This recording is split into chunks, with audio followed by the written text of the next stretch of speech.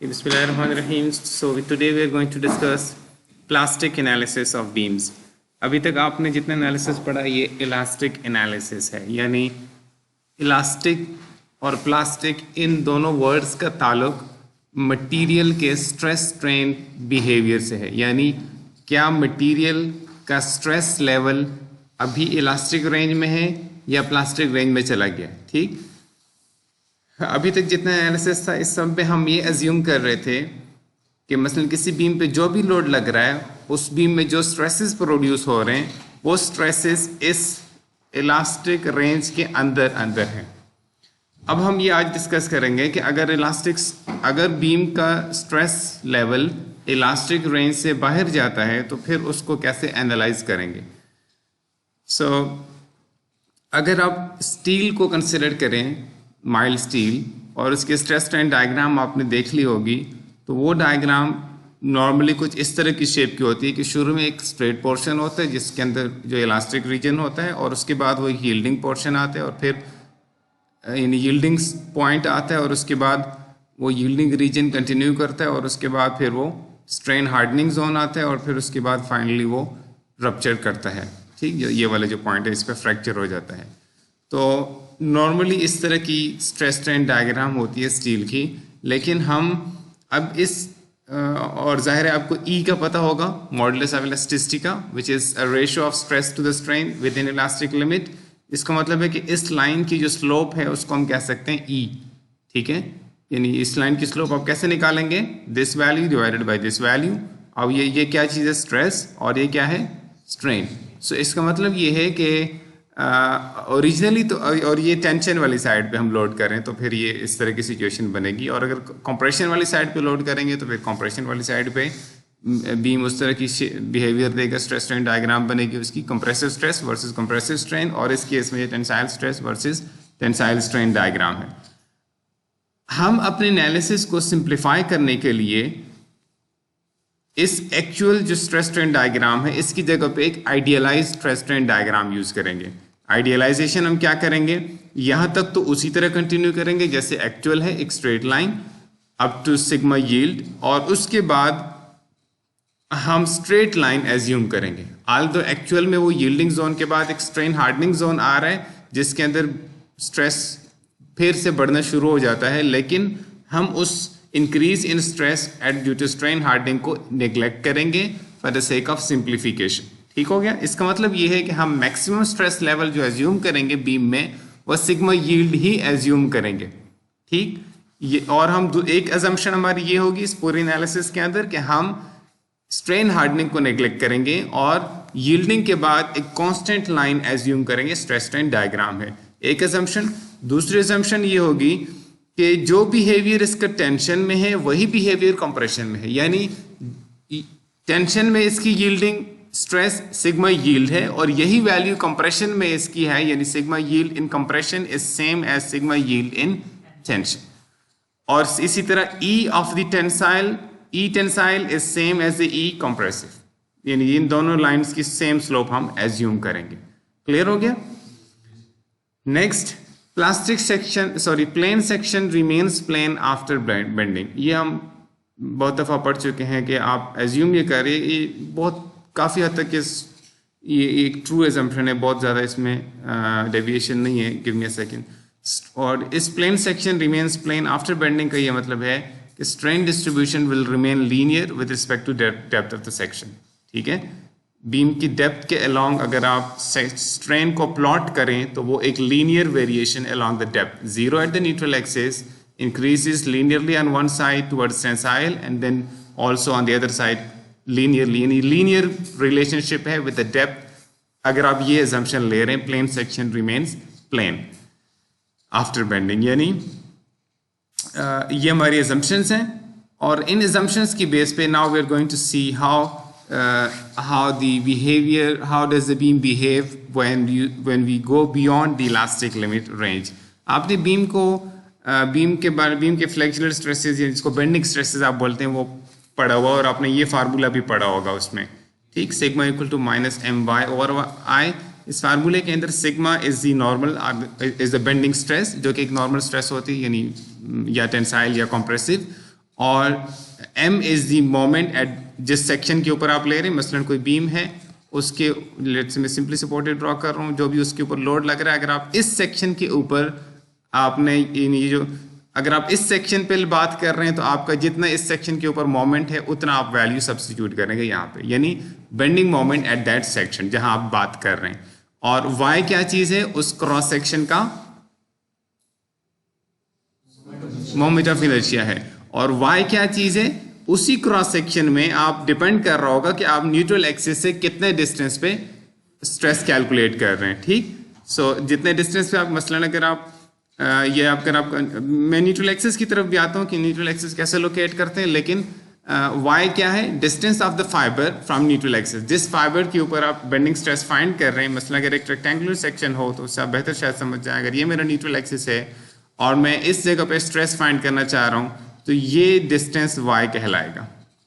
ठीक, सो this is my neutral axis. So y is the distance of the fibre from neutral axis जहां आप bending stress find करना चाह रहे हैं। I इस पूरे सेक्शन का, क्रॉस सेक्शन का मोमेंट ऑफ इनर्शिया है और बेंडिंग मोमेंट आपको लॉन्गिट्यूडनली बताएगा कि आप किस जगह सेक्शन, ये जो सेक्शन आपने बनाया हुआ है जाहिर है कहीं आपने लॉन्गिट्यूडनली कहीं पे आपने सेक्शन लिया है। जैसे आपको मैंने ऊपर दिखाएगा, मसलन मैं यहाँ सेक्शन लूँ तो मैं उसको सेक्शन यहाँ का ड्रॉ कर दूँ तो ये इस सेक्शन पे जितना मोमेंट है वो मोमेंट है ये वाला।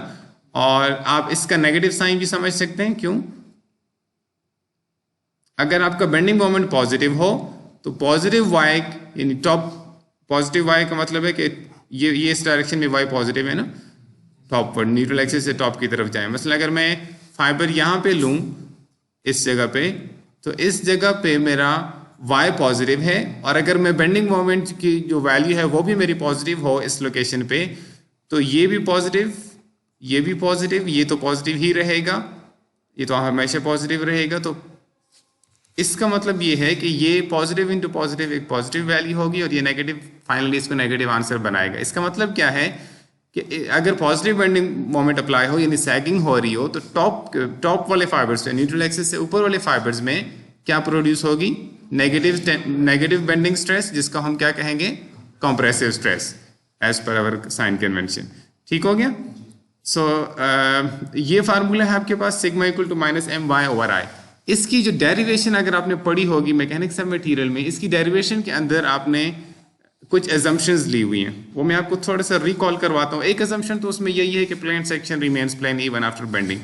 दूसरी एजम्पशन आपने इसके अंदर ये ली हुई है कि आपका जो मटेरियल है वो हुक्स लॉ को ओबे करता है, यानी इलास्टिक लिमिट में है और हुक्स लॉ को ओबे करता है, यानी उसका जो स्ट्रेस है वो प्रोपोर्शनल है टू द स्ट्रेन। ठीक, ये आपने एजम्पशंस ली हुई हैं इसकी डेरिवेशंस के अंदर, यानी आपने फिर उसके बाद इस इक्वेशन को यूज किया हुआ है। यानी आप एज्यूम ये कर रहे हैं कि आपका जो स्ट्रेस लेवल है वो इस रेंज के अंदर है, इससे बाहर नहीं गया हुआ है। ठीक, यानी आप एज्यूम ये कर रहे हैं कि आपका जो सिग्मा है it is, and this is only true if sigma is less than sigma yield. जब तक आप इलास्टिक रीजन के अंदर हैं उस वक्त तक ये ट्रू, ये रिलेशनशिप ट्रू है बिटवीन स्ट्रेस एंड स्ट्रेन। उस वक्त तक stress is linearly related with strain. Now let's consider any segment of the beam जिसके दोनों एंड्स पे हमने ये बेंडिंग मोमेंट सैगिंग डायरेक्शन में कंसिडर किया हुआ ये वाला, और ये लेट्स से हमारा पॉजिटिव एक्स एक्सिस की डायरेक्शन है जो आपको नजर आ रही है, और ये मेरे पॉजिटिव वाई एक्सिस की डायरेक्शन है। नॉर्मली एक्स एक्सिस हम longitudinal axis of the beam के अलोंग लेते हैं और वाई और जी एक्सिस हम क्रॉस सेक्शन के अंदर जो प्लेन्स हैं उनके अलोंग लेते हैं। अच्छा, अगर मैं लेट्स से एम यहाँ पे सेक्शन काटूं और उस सेक्शन को मैं यहाँ पे शो करूं, मैं आपको ये हटा देता हूं ताकि आप देख सकें इसको। ये मेरा सेक्शन है जो आपको इस वक्त नजर आ रहा है, ये सेक्शन, ठीक, जिसकी शेप ऐसी है कि जिसका एक एक्सिस ऑफ सिमेट्री रहता है, यानी एग्जिस्ट कर रहा है इसके अंदर। ये जो वर्टिकल वाला एक्सिस है ये वाला, ये इसका एक्सिस ऑफ सिमेट्री है। समझ सकते हैं आप इस बात को? एक्सिस ऑफ सिमेट्री होने का मतलब है कि ये जो लेफ्ट वाला रीजन है, लेफ्ट वाला पोर्शन है वो राइट वाले सेगमेंट का, या राइट वाला सेगमेंट लेफ्ट वाले सेगमेंट का मिरर इमेज है। अगर आप इसको फ्लिप करके दूसरे पे डाल देंगे तो एग्जैक्टली लाइन ऑन लाइन उसके ऊपर आ जाएगा ये। अच्छा, ये इसका एक्सिस ऑफ सिमेट्री है। अच्छा, ये जो बुक मैं यूज कर रहा हूँ, ये बुक आज वो वाली नहीं है कॉर्नर वाली, ये दूसरी बुक है। कॉर्नर की बुक में ये टॉपिक है ही नहीं और हमारे कोर्स में शामिल है, तो I have to change the book, otherwise I don't like to change the books unnecessarily. तो ये इसलिए मैं ये book, you will get this book, ठीक है। एक्सिस ऑफ सिमेट्री इसका ये वाला एक्सिस है, और इसके अंदर कोई बंदा मुझे ये बता सकता है कि बेंडिंग मोमेंट किस एक्सिस के अबाउट अप्लाई हो रहा है। एक्स एक्सिस तो लॉन्गिट्यूडनल है, एक्स एक्सिस के अबाउट तो बेंडिंग मोमेंट, जैसे अगर ये मेरी बीम हो तो इसके अबाउट, अगर मैं इस ये और ये इसका लॉन्गिट्यूडनल अगर एक्सिस है, इसके अबाउट जो मोमेंट मैं अप्लाई करूंगा वो इस तरह का होगा, ट्विस्टिंग वाला।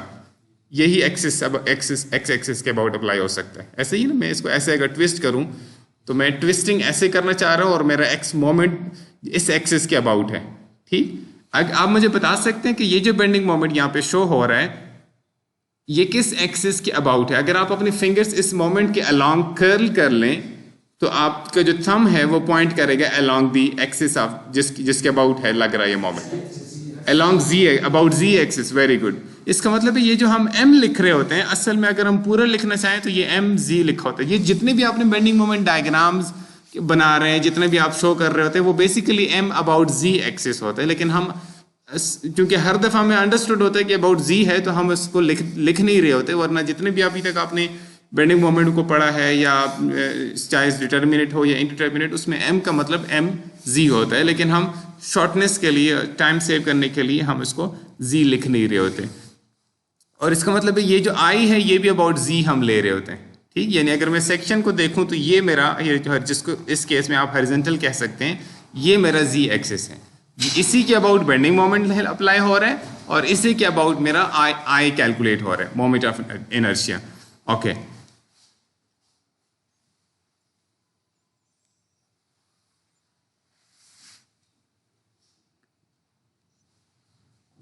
ये जो न्यूट्रल एक्सिस है, ये वाला जो न्यूट्रल एक्सिस है, इस न्यूट्रल एक्सिस को आपको पता है कैसे लोकेट किया जा सकता है। यानी अगर आपको मैं सेक्शन दूं और मैं कहूं कि ये सेक्शन मैं एज अ बीम यूज करने जा रहा हूं, जैसे मैंने आपको ये वाला सेक्शन हमारे सामने है इस वक्त, इस सेक्शन को मैं एज अ बीम यूज करने जा रहा हूं, तो ये बीम, इसका न्यूट्रल एक्सिस कहां पे लाई करेगा, ये न्यूट्रल एक्सिस आप लोकेट कर सकते हैं। ये कौन सा एक्सिस होता है इसका, सॉरी दोबारा बोले। जी, लेकिन इसका पूरा नाम आपने जो पहले बोला, सेंट्रोइडल एक्सिस, सेंट्रोइडल एक्सिस। सो जब तक बीम इलास्टिक लिमिट में है, पहले सुन ले पर लिख लें, जब तक बीम इलास्टिक लिमिट के अंदर है, दूसरे अल्फाज में जब तक उसका स्ट्रेस लेवल सिग्मा यील्ड से कम है, यानी ये जो वैल्यू आप कैलकुलेट कर रहे हैं बाय यूजिंग दिस फार्मूला, जब तक ये वैल्यू सिग्मा यील्ड से कम है तब तक इसका न्यूट्रल एक्सिस सेंट्रोइडल एक्सिस के साथ कोइंसाइड करेगा। यानी जो इसका सेंट्रोइडल एक्सिस है वही इसका न्यूट्रल एक्सिस होगा। इसको हम, इससे पहले आप इसको एक ही नाम देते रहे, न्यूट्रल एक्सिस, ऐसे ही कहते रहे। यहां हम चूंकि एक और एक्सिस, इसी तरह की न्यूट्रल एक्सिस, इसको हम पूरा नाम इस दफा लिखने लगे elastic neutral axis. Elastic neutral axis हम क्यों इसको कह रहे हैं कि ये उस वक्त तक न्यूट्रल एक्सिस है जब तक कि हमारा sigma less than sigma yield रहे, यानी हमारा बीम इलास्टिक लिमिट के अंदर रहे। बीम के इलास्टिक लिमिट के अंदर से जब भी मैं वर्ड यूज करूंगा, इसका मतलब ये है कि मैं ये कह रहा हूं कि उसके अंदर जो नॉर्मल स्ट्रेस प्रोड्यूस हो रहा है that is less than sigma yield. अच्छा, ये आपने ये जो आपको मैं अभी आपने मुझे बात बताई है कि elastic neutral axis coincides with centroidal axis, ये भी आपने इसी फार्मूले की डेरिवेशन के अंदर पढ़ा हुआ है, ठीक है। ये भी आपने इसी फार्मूले की डेरिवेशन के अंदर पढ़ा हुआ है। यानी जब आप इसके अंदर IZ कैलकुलेट कर रहे होते हैं तो ये बेसिकली इसका जो Z एक्सिस है ये बाय डेफिनेशन न्यूट्रल एक्सिस है। मैंने Y की डेफिनेशन क्या की है, डिस्टेंस ऑफ द फाइबर, जहां आप फाइंड करना चाह रहे हैं फ्रॉम न्यूट्रल एक्सिस। मैंने ये नहीं कहा कि distance of the fibre from centroidal axis, वो तो by chance centroidal axis coincides with the neutral axis, ठीक। इसके अंदर आपने इसकी डेरिवेशन में, मैं डेरिवेशन में जाना नहीं चाह रहा हूं क्योंकि ये मेरा टॉपिक नहीं है।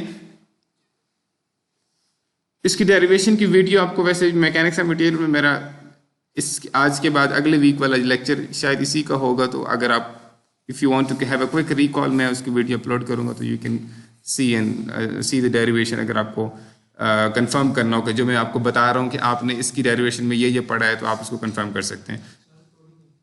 जी सॉरी, चल रही है रिकॉर्डिंग, वो फुल स्क्रीन है इसलिए वो आपको नजर नहीं आ रही। तो उसकी मैं वीडियो अपलोड कर दूंगा, आप वहाँ से कंफर्म कर सकते हैं। मैंने आपको एक तो ये बताया था कि इसके अजम्पशन में आपने ये अजम्पशन में ये कंसिडर किया हुआ है। दूसरा मैंने आपको अब ये कह रहा हूँ कि इसके अजम्पशन के अंदर आपने ये लिया हुआ है। मैं चलो यहाँ पे लिख देता हूँ, चले भाई यही अजम्पशन यही है, डिटेल आप वहाँ वीडियो में देख सकेंगे। ये जो मैं रिपीट कर रहा हूँ, मैं शायद इसलिए दूसरी तरफ चला गया इसलिए मैं रिपीट कर रहा हूँ। Elastic neutral axis coincides with centroidal axis, इसके पीछे ये वाली assumption है, ये जो मैं अभी आपको दिखा रहा हूँ, ये वाली that stress is proportional to strain, और ये तक कब तक true है? when sigma is less than sigma yield। इसका मतलब क्या है कि जब सिग्मा की वैल्यू सिग्मा यील्ड से बड़ी हो जाएगी तो जरूरी नहीं है कि न्यूट्रल एक्सिस की पोजीशन सेंट्रोइडल एक्सिस के साथ coincide करे। क्यों? क्योंकि उस स्टेटमेंट के अंदर ये अजम्पशन थी, जब ये ट्रू नहीं रहेगी तो जो हमारा जो चीज उस पर डिपेंड कर रही है, जिस फैक्ट को हमने डेवलप किया था बेस्ड ऑन दिस अजम्पशन, वो फैक्ट भी जरूरी नहीं कि ट्रू रहे, may be true may not be true. ठीक हो गया? So with this in mind, अच्छा उसके बाद जब आप कहते हैं कि ये तो फार्मूला है आपका जेनेरिक, कि आप किसी भी फाइबर के ऊपर आप यहां पे फाइंड करना चाहते हैं, आपका वाई ये है, आप यहां पे फाइंड करना चाहते हैं, आपका वाई इतना, जिस जगह आप फाइंड करना चाहते। अगर मैं आपसे कहूं कि मुझे सिग्मा बताएं करस्पॉन्डिंग टू दैट फाइबर जहां मैक्सिमम स्ट्रेस प्रोड्यूस होगा, तो आप क्या करेंगे? वाई की वैल्यू आपको क्या पुट करनी पड़ेगी? अगर मैं आपसे कहूं कि मुझे keeping M and I constant, I need a maximum value for M, तो आप क्या करें? Sorry, maximum value for sigma, तो आप क्या करेंगे? y की वैल्यू मैक्सिमम पुट करेंगे। y की वैल्यू मैक्सिमम पुट होने का क्या मतलब है?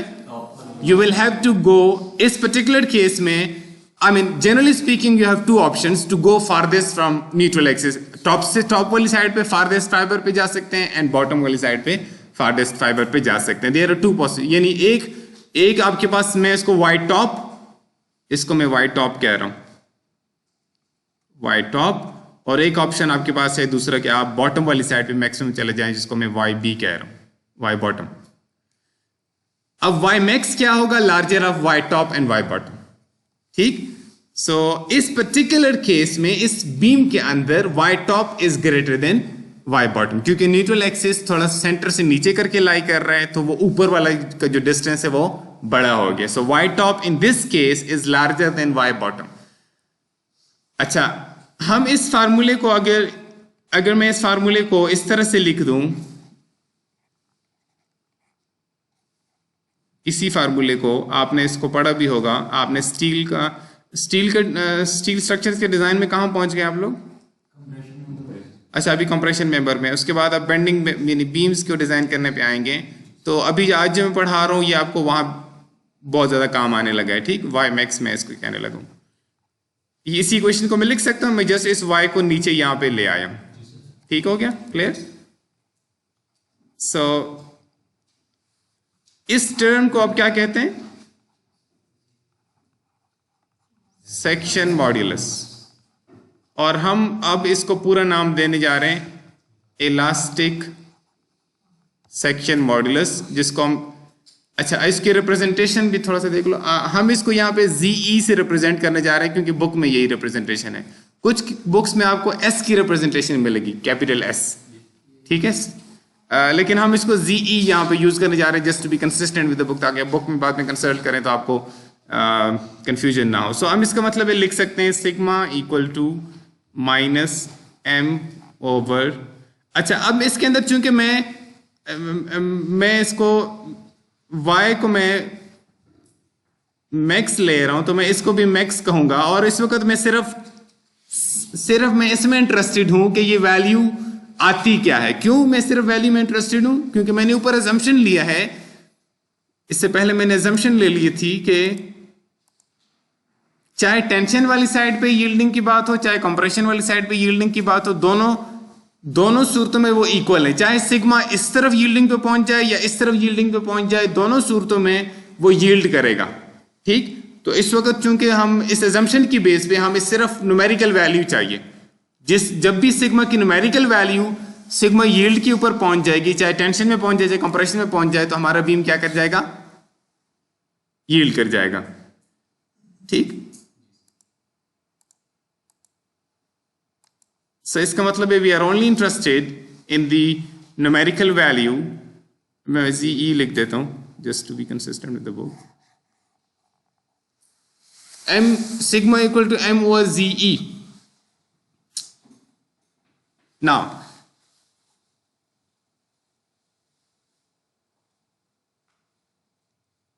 अब प्रोसेस इनिशियली क्या होगा, जब बेंडिंग मोमेंट की वैल्यू बहुत थोड़ी होगी तो इस स्ट्रेस की वैल्यू, अच्छा जीई तो सिर्फ सेक्शन की प्रॉपर्टी है ना, यानी जब तक सेक्शन यही रहेगा, मैं कोई और सेक्शन इसकी जगह ना ला के रख दूं, तब तक जीई विल रिमेन सेम। इसका मतलब है कि अगर सिग्मा दे वैल्यू, सिग्मा ये मैं सिग्मा मैक्स है बेसिकली, सिग्मा मैक्स, अगर सिग्मा मैक्स की वैल्यू ने बढ़ना है तो किस चीज की से बढ़ सकता है, by increasing more, by increase of the bending moment.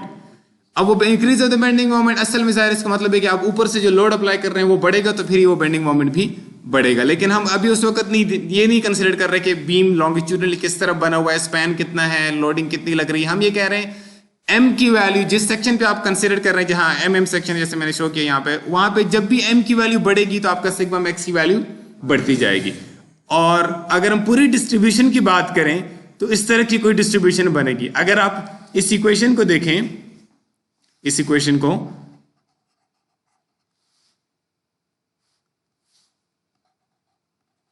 अगर आप y की वैल्यू इंक्रीज करेंगे, y की वैल्यू 0 पुट करेंगे तो आपका आंसर क्या बनेगा, 0। इसका मतलब है कि जब y की वैल्यू 0 होगी, 0 का मतलब है you are at neutral axis. जब आप इलास्टिक न्यूट्रल एक्सिस के ऊपर होंगे तो आपका सिग्मा की वैल्यू 0 होगी। और जब आप y की वैल्यू एक साइड पे यानी ऐसे बढ़ाते चले जाएंगे तो आपके पास एक लीनियरली इंक्रीज करेगा ऑन दिस साइड, और दूसरी साइड पे बढ़ाएंगे तो इस साइड पे इंक्रीज करेगा। Clear? Now what happens is कि ये जो सिग्मा मैक्स है, ये वैल्यू अगर इस ये सब सिग्मा है ना, ये भी सिग्मा है, ये भी सिग्मा है, सब सिग्मास है ना डिफरेंट लेवल्स।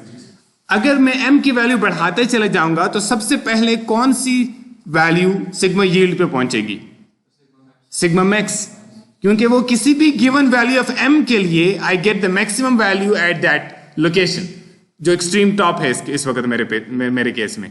तो इसका मतलब ये है कि एक स्टेज आएगा कि ये sigma max will become exactly equal to sigma yield. Agree?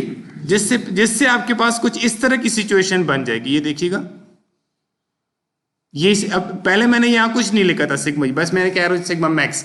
Now this is the condition when, this is the stage when sigma has become equal to, sigma max has reached equal to sigma yield.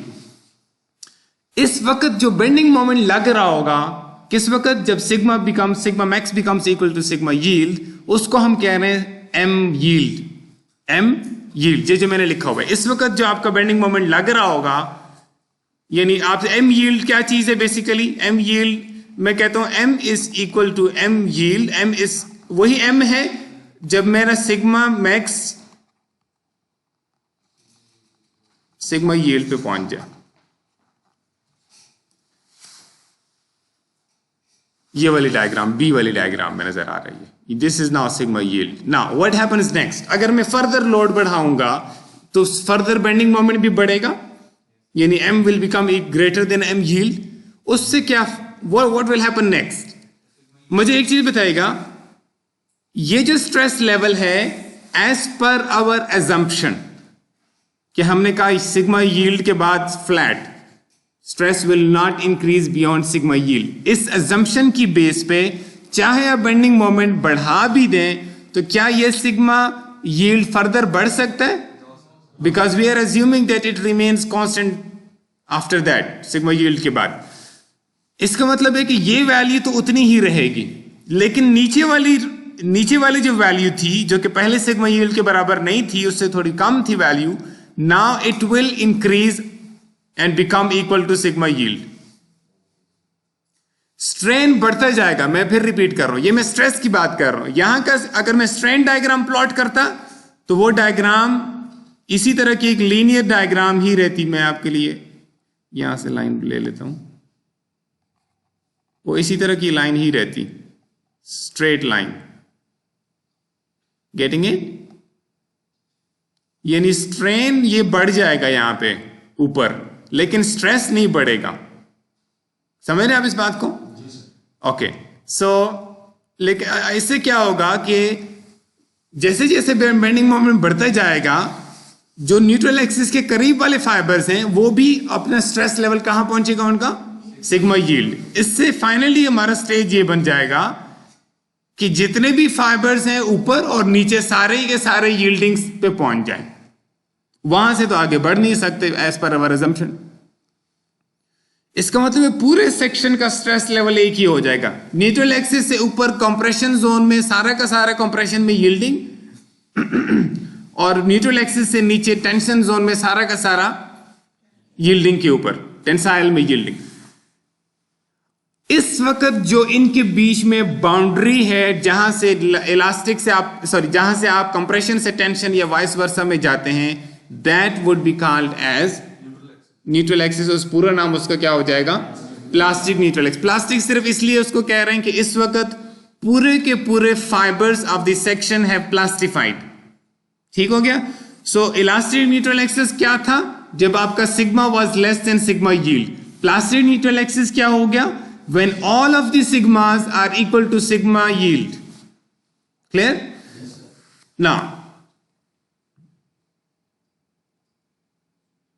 the question is how to locate plastic neutral axis. Elastic में तो simple था ना, you just locate the centroidal axis and there's also your elastic neutral axis. और आपको centroid locate करना I'm guessing कि आपको आता है। ठीक है? We will do a numerical problem to get you, just to get you refresh on it, but otherwise I hope you understand these things by now. I'm going to teach you how to, we're going to discuss plastic neutral axis कैसे locate होगा। एक चीज हमने पढ़ ली है इसमें, plastic neutral axis से ऊपर सारे के सारे फाइबर्स, मसलन अगर बेंडिंग मोमेंट पॉजिटिव हो तो सारे के सारे फाइबर्स ऊपर वाले कंप्रेशन में यील्डिंग पे होंगे और नीचे वाले सारे के सारे फाइबर्स टेंशन में यील्डिंग पे होंगे। इस बीम में अभी जितनी भी हमने डिस्कशन कर ली, इस पे सिर्फ बेंडिंग मोमेंट लग रहा है, कोई एक्सियल फोर्स नहीं लग रही। ऐसे ही है। मतलब मैं आपको ये जो आपके बीम सामने नजर आ रही है, बीम इस तरह, अगर मैं आपसे कहूं कि ये इस तरह से बीम है, इस बीम में कोई एक्सियल लोड नहीं लग रहा ना? कोई एक्सियल लोड लग रहा है? इस तरह का कोई लोड लग रहा है? यहां पे नहीं लग रहा है ना। इसका मतलब ये है कि अगर मैं यहां पे एक सेक्शन काटूं, उस सेक्शन के, या मैं free body diagram left segment की बनाऊं, तो इस तरफ एक रिएक्शन आएगा, इधर कुछ इंटरनल फोर्सेस आएंगी, एक्सियल, शियर और बेंडिंग मोमेंट। आपको शियर का तो पता ही है, बेंडिंग मोमेंट का। यहां पर आप ये क्यों नहीं शो कर रहे होते, या इस तरह क्यों नहीं शो कर रहे होते? उसकी वैल्यू क्या होती है? जीरो। आपको पता है कि जब इसमें कोई एक्सियल लोड लग नहीं रहा, तो इसका जो एक्सियल यहां पे फोर्स डेवलप होनी है वो क्या होनी है? जीरो। ये जो एक्सियल फोर्स जीरो होने का मतलब ये है कि इस बीम का यहां पर जो कंप्रेसिव, मैं आपको अगर दिखा सकूं, इस रीजन में सारा का सारे स्ट्रेसेस कंप्रेसिव हैं, और इससे नीचे वाला जो रीजन है ये वाला, इसमें सारी की सारी स्ट्रेसेस टेंसाइल हैं। यानी इस जगह पर एक इस तरह से पुश फोर्स लग रही है और इस नीचे वाले रीजन में एक पुलिंग फोर्स लग रही है। अगर मैं ये कहूं कि नेट एक्सियल फोर्स जीरो है, इसका मतलब क्या है कि ये दोनों जो है एक दूसरे को क्या करेंगी? कैंसल। ऐसे ही होगा ना। इसका मतलब ये हुआ कि हम ये कह सकते हैं कि if we just sum the forces in the longitudinal direction, axial forces longitudinal direction में होंगी ना, those should be equal to zero, because we're not applying any there is no external force in the longitudinal direction, so there should be no internal force developing, no net internal force developing in the axial direction, longitudinal direction. So how do you calculate it now? So how do you consider these summations? ये compression वाली forces हैं due to compressive stresses, and these are due to tensile stresses. Those should be equal. Those two forces should be equal in magnitude. Yes, this will not be equal to 0. This will be equal to what force you are applying. वो फिर case बन जाएगा combined axial and bending. वो भी एक है, लेकिन let's first consider this. वो आप अभी हम नहीं consider कर रहे हैं उसको, ठीक? So we are considering a beam which is not subjected to any kind of axial loads. Okay, so this is the force due to compressive stresses. That is net resultant of the compressive, and this is the force due to net resultant of the tensile stresses. हमने क्या किया, how do you, अगर आपको stress given हो और उसकी एक ही इंटेंसिटी हो, uniform intensity, and how do you convert that to force. अगर आपको मैं कहूं कि ये एक एरिया है, मसलन ये एरिया है ना, जिसके ऊपर जैसे मैंने ऊपर शो किया, एरिया से मल्टीप्लाई कर देंगे. आप स्ट्रेस को डिफाइन कैसे करते हैं? Force over area, unit internal force over area, sorry internal force over area. So अगर आपने ये कैलकुलेट करना हो, अगर स्ट्रेस कांस्टेंट हो फॉर ऑल द एरिया जिसके ऊपर आपने ये वर्किंग करनी है, then what you can do is that constant stress multiplied by the whole area will give you the force corresponding to that area, वहां से जो फोर्स जनरेट हो रही है. सो this is exactly what we have done over here. हमने नाम दे दिए, but just to make things easy to represent in mathematically. इस ऊपर वाले रीजन को जो प्लास्टिक न्यूट्रल एक्सिस से ऊपर है, इसको जिस तरफ कंप्रेशन अप्लाई हो रही है, उस तरफ के सारे एरिया को हमने एक नाम दे दिया A1, एक नाम दे दिया बस. और इससे नीचे वाला जितना एरिया उसको नाम दे दिया A2. अच्छा, अब इन नामों के बाद हम ये लिख सकते हैं sigma Y in sigma yielding in compression into A1. A1 क्या है? Area in compression, area above plastic neutral axis should be equal to sigma yielding in tension multiplied by A2. What is A2? A2 is the area in tension. यानी cross section के ही दो areas हैं, दो different reason है, A1 और A2. Some of A1 और A2 कितना होगा? Total area of the section, जिसको आप A से रिप्रेजेंट करना चाहें तो कर सकते हैं. Now, based on our assumption, sigma yield in compression is the same as the sigma yield in tension, and so we can represent them by single variable, sigma yield. So we can write down these equations like this. Agree? And then you can see that A1 should be equal to A2. And we've also said that A1 and A2 has to be equal to the total area, A. So using this, what you can do is, अगर A और A1 और A2 ने मिलकर total area बनाना है और उन दोनों areas ने इक्वली रहना है, तो इसका मतलब क्या है? Both are equal to half of the area. This is the only possibility. It means A1 is equal to A2 and A2 is equal to, sorry, A1 is equal to half of the total area and A2 is also equal to half of the total area. And this is the relationship which will help you find the plastic neutral axis. A1 equal to A by 2 and A2 equal to A by 2. Marker दे दें. Light चली गई है तो मैं board पे आपको समझा देता हूँ ये.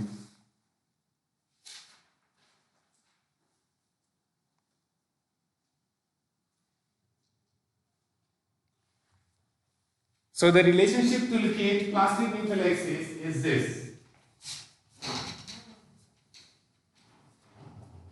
अगर आपको इस तरह याद रखना आसान हो तो इस तरह लिख लें, या अगर आपको मैं चलो लिख देता हूं इसी तरह जिस तरह मैंने सैंपल्स यूज किए,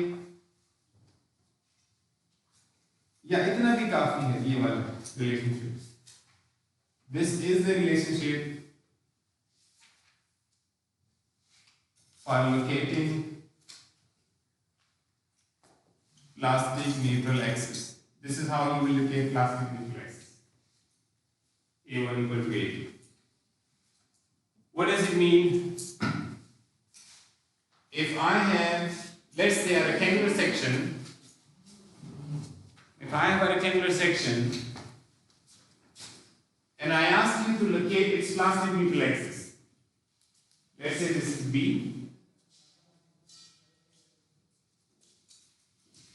and let's say this is D. तो अच्छा चलिए बताएं पहले इलास्टिक न्यूट्रल एक्सिस कहां लाई करेगा? At D by 2.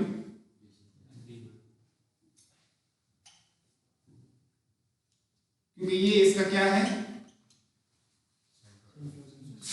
तो ये इसका इलास्टिक न्यूट्रल एक्सिस हो गया. क्योंकि यही इसका सेंट्रोइडल एक्सिस है। Agree? What about plastic neutral axis?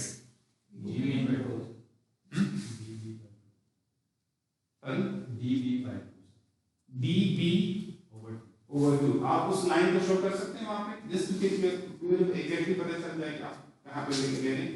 जाहिर है कि लाइन जैसे एक एक्सिस होगा ना, जैसे इलास्टिक न्यूट्रल एक्सिस एक एक्सिस है हॉरिजॉन्टल, इसी तरह प्लास्टिक न्यूट्रल एक्सिस भी एक एक्सिस होगा। Can you please draw plastic neutral axis के कहां पर होगा?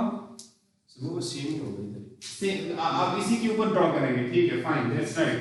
कैसे पता चला ये? How do you know this?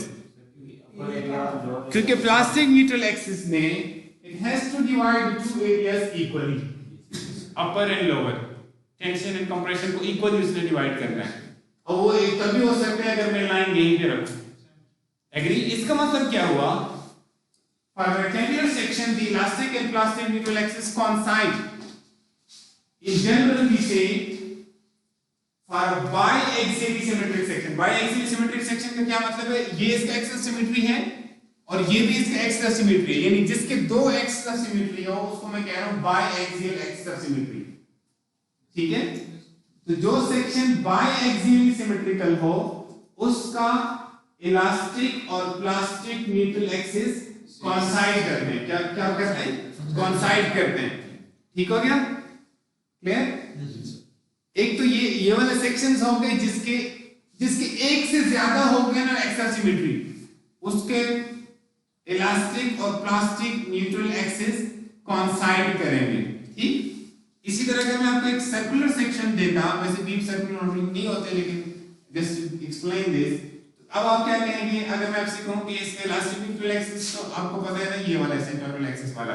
What about plastic neutral axis? Same. The only way you can get two equal areas on both sides is if you divide it along the center line. So इसके लिए भी coincide कर गए। क्यों? This was it contained ये जो section था circular section, वैसे तो इसकी infinite axis symmetry है, लेकिन हम कह रहे हैं एक से ज्यादा जिसके axis symmetry होंगे उसके इलास्टिक और प्लास्टिक न्यूट्रल एक्सिस कोइंसाइड करेंगे। अच्छा,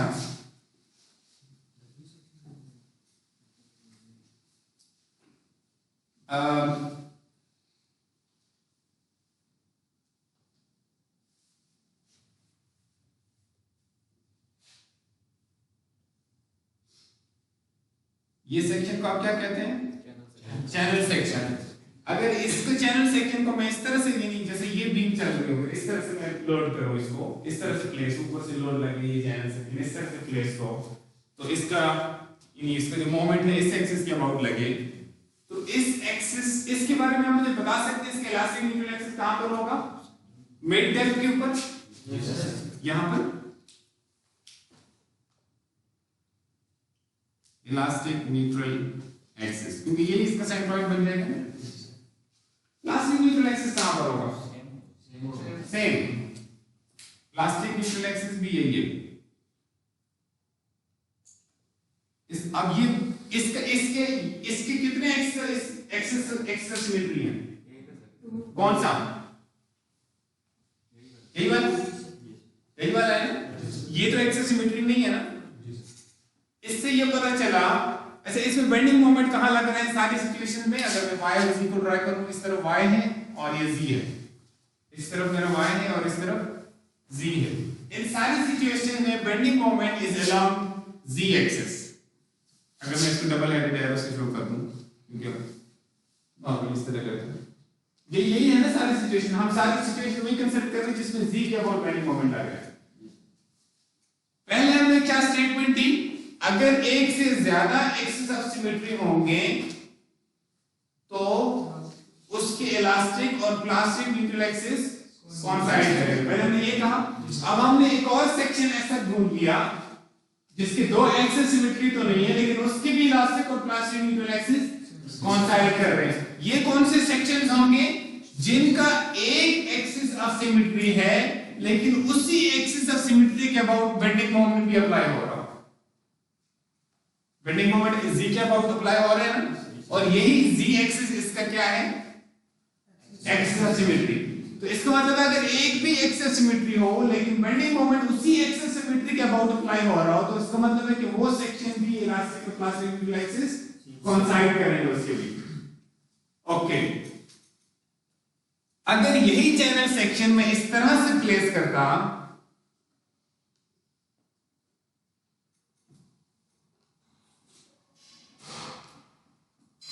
y और z उसी तरह से और बेंडिंग मोमेंट z के अबाउट अप्लाई हो रहा है। अब बताएं इलास्टिक सेंट्रोइडल एक्सिस कहां लाई करेगा? नहीं, मेरा बेंडिंग मोमेंट इसके अबाउट लग रहा है तो न्यूट्रल एक्सिस भी इसी के अलावा ये वाली लाइन बनेगी। जिस तरह बेंडिंग मोमेंट की लाइन बनेगी वही उसी तरह उसकी बनेगी ना, न्यूट्रल एक्सिस की लाइन उसके पैरेलल आनी है वो भी। तो मुझे बताएं कि इसका elastic neutral axis locate directly without calculations किए जा सकते हैं by just looking at it? किया जा सकता है कि नहीं? इसका ये एक्सिस सिमेट्री है और बेंडिंग मोमेंट क्या इसी के अबाउट लग रहा है? नहीं। अब इसके भी आप इसके इलास्टिक न्यूट्रल एक्सिस को भी आपको लोकेट करना पड़ेगा यूजिंग कैलकुलेशंस और प्लास्टिक के लिए भी लोकेट करना पड़ेगा, लेकिन दोनों के क्राइटेरिया डिफरेंट है। इलास्टिक अगर मैं मसलन इसको रेफरेंस कोई नाम ये मैं एक रेफरेंस एक्सिस यहां पे ले लूं, अभी y और z तो मेरे सेंट्रोइडल होंगे लेकिन अभी मैं फिलहाल y और z पे जाने से पहले मैं सिर्फ सेंट्रोइड लोकेट करने के लिए एक टेम्परेरी रेफरेंस एक्सिस लेने जा रहा हूं। मैं क्योंकि मैं x और y के साथ ज्यादा कंफर्टेबल हूं तो मैंने x और y लिख दिया, ठीक। जस्ट ये मेरी रेफरेंस एक्सिस है, जस्ट क्योंकि सेंट्रोइड एक पॉइंट होता है ना, और पॉइंट को लोकेट कैसे करते हैं? उसके कोऑर्डिनेट्स बताने से, और कोऑर्डिनेट्स का मतलब है कि आपने कोई रेफरेंस एक्सिस लिए हुए, ठीक हो गया। तो उस सेंट्रोइड के जो दोनों कोऑर्डिनेट्स हैं इसका हमें ये तो पता है कि वो जो एक कोऑर्डिनेट है वो यही वाला होगा, यदि इस लाइन के अलावा कहीं लाइन उसमें करना है, हमने ये लोकेट करना है कि इस लाइन के अलावा यहाँ पर है, यहाँ पर है या कहाँ पर है। अच्छा, अगर मैं इसको डिवाइड करूंगा, अच्छा मैं अगर इसको डिफाइन करना चाहूँ कि इसका जो y बार है वो कहाँ लाई करेगा, तो उसका मेरा प्रिंसिपल क्या होगा? Summation of this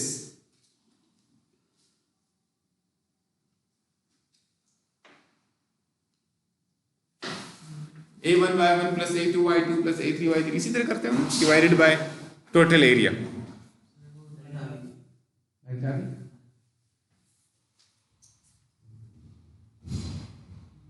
इसको दबाना पड़ेगा पावर बटन।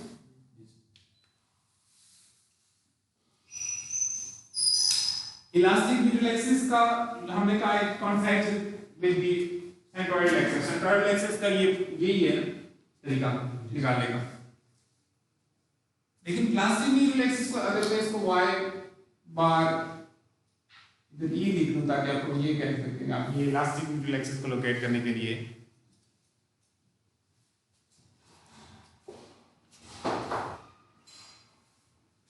ठीक है ये प्रोसीजर होगा। और अगर मैंने उसको लोकेट करना होता प्लास्टिक न्यूट्रल एक्सिस को, तो उसका क्राइटेरिया क्या होता? Areas above and below have to be equal. तो इस केस में elastic and plastic neutral axis are not going to coincide. जैसे मैंने आपको ये 3D में यहाँ पे मैंने ड्रॉ किया हुआ है ताकि ये पता चल सके कि ये बीम किस तरह से लोड हो रहा है।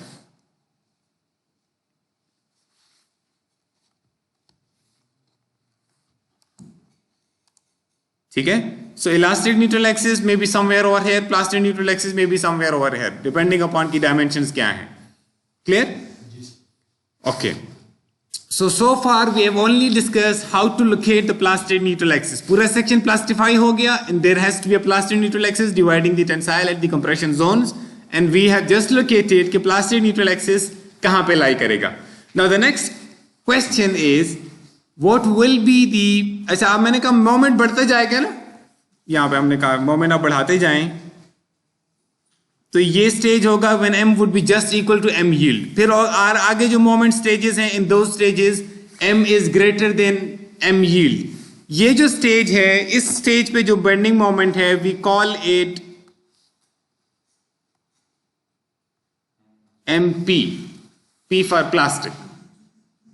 ठीक हो गया, यानी ये इससे ज्यादा तो बेंडिंग मोमेंट वो नहीं ले सकेगा ना, इसके बाद तो वो कोई उसके अंदर कुछ फाइबर बचे नहीं जो फर्दर जिसका स्ट्रेस बढ़ सके। जिसका स्ट्रेस नहीं बढ़ेगा तो फोर्स नहीं बढ़ सकेगी, फोर्स नहीं बढ़ेगी इसका मतलब है कि moment has to remain constant beyond that point.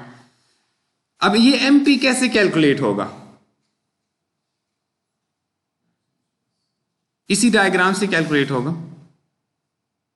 ये आप चलो इस डायग्राम को देख लो, ये वाली फोर्सेस कंप्रेसिव है, सारी स्ट्रेस डिस्ट्रीब्यूशन ये कंप्रेसिव है यूनिफॉर्म, और ये सारी टेंसाइल है। एमपी क्या है? बेसिकली इन सारी फोर्सेस का moment about the plastic neutral axis, इन सारी फोर्सेस का moment about the plastic neutral axis. अब ये इसका अब अगर ये आपके पास कोई स्ट्रेस डिस्ट्रीब्यूशन हो तो आपको उसका एक रिजल्टेंट फाइंड करना पड़ता है ना। जैसे हमने रिजल्टेंट हमने पहले कैलकुलेट कर लिया था यहां पे, जब हमने कहा कंप्रेशन वाली साइड का रिजल्टेंट ये है, टेंशन वाली साइड का रिजल्टेंट ये है। अब उस रिजल्टेंट की कोई पॉइंट ऑफ एप्लीकेशन भी तो होगा ना। इक्विवेलेंट स्टैटिक लोड आप निकालते हैं ना, तो जैसे आप ट्राइंगल का कहते हैं 1/3 from the right angle triangle जहां बन रहा हो, तो उसकी कोई ना कोई लोकेशन भी होगी ना। Now this second question is कि जाहिर है जब हमने मोमेंट उसका निकालना है तो हमें उसका लोकेशन पता होनी चाहिए ना, कहां पे लगेगा। तो अगर ये एरिया है और इस एरिया पे यूनिफॉर्म स्ट्रेस लग रहा हो, अब वो स्ट्रेस को जो फिगर है वो आप 3D में माइंड में लेकर आए, कंप्रेशन इनटू द सेक्शन, एक फोर्स यूनिफॉर्म स्ट्रेस की लग रही है, इंटेंसिटी की स्ट्रेस लग रहा है, तो उसका अगर आपको रिजल्टेंट फाइंड करना हो तो इसका मतलब है कि आपको बेसिकली इस ऊपर वाले एरिया का सेंट्रॉइड चाहिए।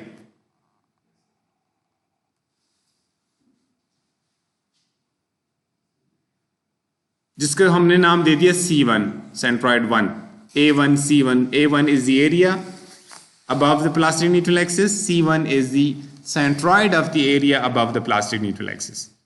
तो वो इस लोकेशन पे एक्ट करेगा। उस लोकेशन के लिए हमने सिंबल यूज कर दिया Y1 बार। Y बार तो आप सेंट्रॉइड के लिए यूज करते रहते हैं, Y1 बार का मतलब है उस ऊपर वाले एरिया का सेंट्रॉइड की location with respect to plastic neutral axis. Clear? इसी तरह नीचे वाले एरिया का सेंट्रॉइड आपको चाहिए, जिसको हमने C2 कह दिया, और उसकी लोकेशन हमने क्या बता दिए, रेफरेंस हमने रख दिया प्लास्टिक न्यूट्रल एक्सिस, वहां से distance Y2 bar. So Y1 bar and Y2 बार ये आपको सेंट्रॉइड की लोकेशन बता रहे हैं, ऊपर वाले और नीचे वाले एरियाज की। अब मोमेंट कैसे कैलकुलेट होगा, लेट्स सी। यहां पे हमने किया हुआ है इसको, ऊपर वाला एरिया Y1 बार, नीचे वाले एरिया Y2 बार। इसका मतलब है जो ऊपर वाली कंप्रेसिव फोर्स है that can be considered to be acting along this line, and नीचे वाली जो टेंसाइल फोर्स है that can be considered to be acting along this line जो C2 से पास कर रही है। ठीक हो गया? यानी इसका जो डिस्टेंस है इस फोर्स का ये Y1 बार है और इस नीचे वाले फोर्स का Y2 बार।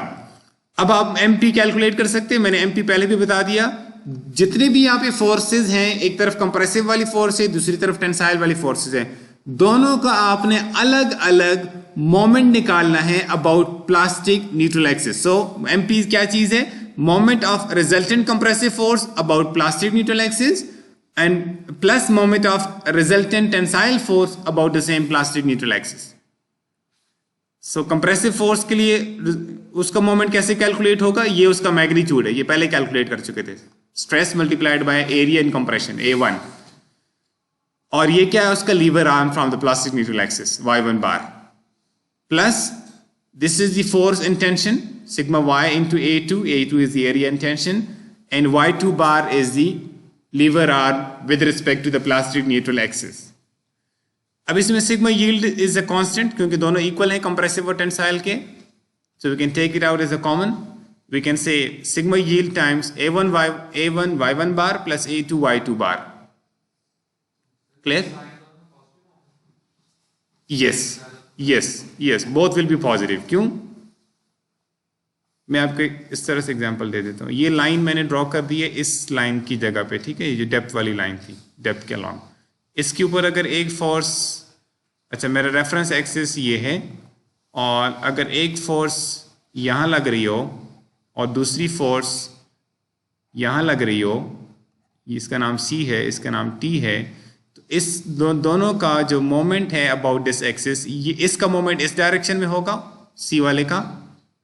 और अच्छा, यहाँ हमने इसको शो इस तरह से किया है, ये इसका वैसे सही तरीका नहीं है जो हमने अभी इसको यहाँ पे शो किया हुआ है। टी हमें इस तरह से शो करना होता है, T force away from the section and this will be also in the same direction. ठीक है, जैसे एक डंडा आप पकड़ लें, एक ऊपर से लोड इससे लगाएं, दूसरा ऐसे लगाएं, तो ज़ाहिर है वो दोनों एक ही डायरेक्शन में इसको घुमाएंगे ना। तो this is how we can, therefore both will be with positive sign. ठीक है, this was a good question. So from this we can now look at this। अब असल में फॉर्म ये बन गया MP equal to sigma yield times, जो bracket में आपको नजर आ रहा है। जैसे हमने ऊपर इक्वेशन लिखी थी, let me take you back to that equation। ये वाली इक्वेशन आपने ये फार्मूला पढ़ा हुआ है, sigma equal to M over ZE, जिसमें सिग्मा हम सिग्मा मैक्स की बात कर रहे हैं। ठीक, इसमें सिग्मा मैक्स, जब ये M वैल्यू पहुंचेगा M यील्डिंग पे, जिसको मैं सिर्फ चलो My लिख देता हूं, तो ये सिग्मा मैक्स किस पे पहुंचेगा? सिग्मा यील्ड पे। अगर मैं इसको रीराइट करूं तो मैं कह सकता हूं कि यील्डिंग जिस मोमेंट पे यील्डिंग होगी that would be equal to sigma yield times plus elastic section modulus, यही होगा। जिस तरह हमने M यील्ड को लिखा equal to sigma yield times ZE, इसी तरह अगर हम अब इसी इक्वेशन को जरा माइंड में रखते हुए इसका फॉर्म क्या है? M equal to sigma times certain property of the section which is called section modulus। इसी फॉर्मेट के अंदर अगर हम MP को लिखना चाहें, ये जिसकी एक्सप्रेशन ये बन गई है, तो हम इस ये जो ब्रैकेट में चीज नजर आ रही है A1 Y1 bar plus A2 Y2 बार, इसको एक नाम दे देते हैं। अब जैसे एक नाम दे रहे हैं यहाँ पे, जो इस पूरे एक्सप्रेशन है ना, उसको एक नाम देने जा रहे हैं, उसको नाम दे दिया ZP फॉर प्लास्टिक। ठीक है, यानी प्लास्टिक सेक्शन मॉड्यूलस। क्लियर हो गया? ये बड़ी इंपॉर्टेंट टर्म है, प्लास्टिक सेक्शन मॉड्यूलस। जब आप बीम्स का स्टील स्ट्रक्चर में बीम डिजाइन करोगे तो आपको ये ZP का मतलब समझ में आना चाहिए। जिस तरह से आप टेंशन मेंबर डिजाइन करते हो ना, टेंशन मेंबर स्टील में, तो आप जो सेक्शंस को हैवी और लाइट किस बेस पे क्लासिफाई करते हो? जिसका क्रॉस सेक्शनल एरिया ज्यादा होता है आप कहते हैं ये हैवी सेक्शन है, जिसका लाइटर होता है आप कहते हैं ये कम होता है, उसको आप कहते हैं ये लाइटर सेक्शन है। ऐसे ही है ना, जब आपको ज्यादा टेंसाइल फोर्स रेजिस्ट करनी हो तो आप बड़े ए वाला, बड़े क्रॉस सेक्शनल एरिया ए वाला सेक्शन उठाते हैं। छोटे के लिए आप छोटा ए उठाते हैं ना। बीम्स में आप कहते हैं कि जब ज्यादा बेंडिंग मोमेंट को रेजिस्ट करना होगा तो हम ऐसा सेक्शन उठाएंगे जिसका ZP ज्यादा हो।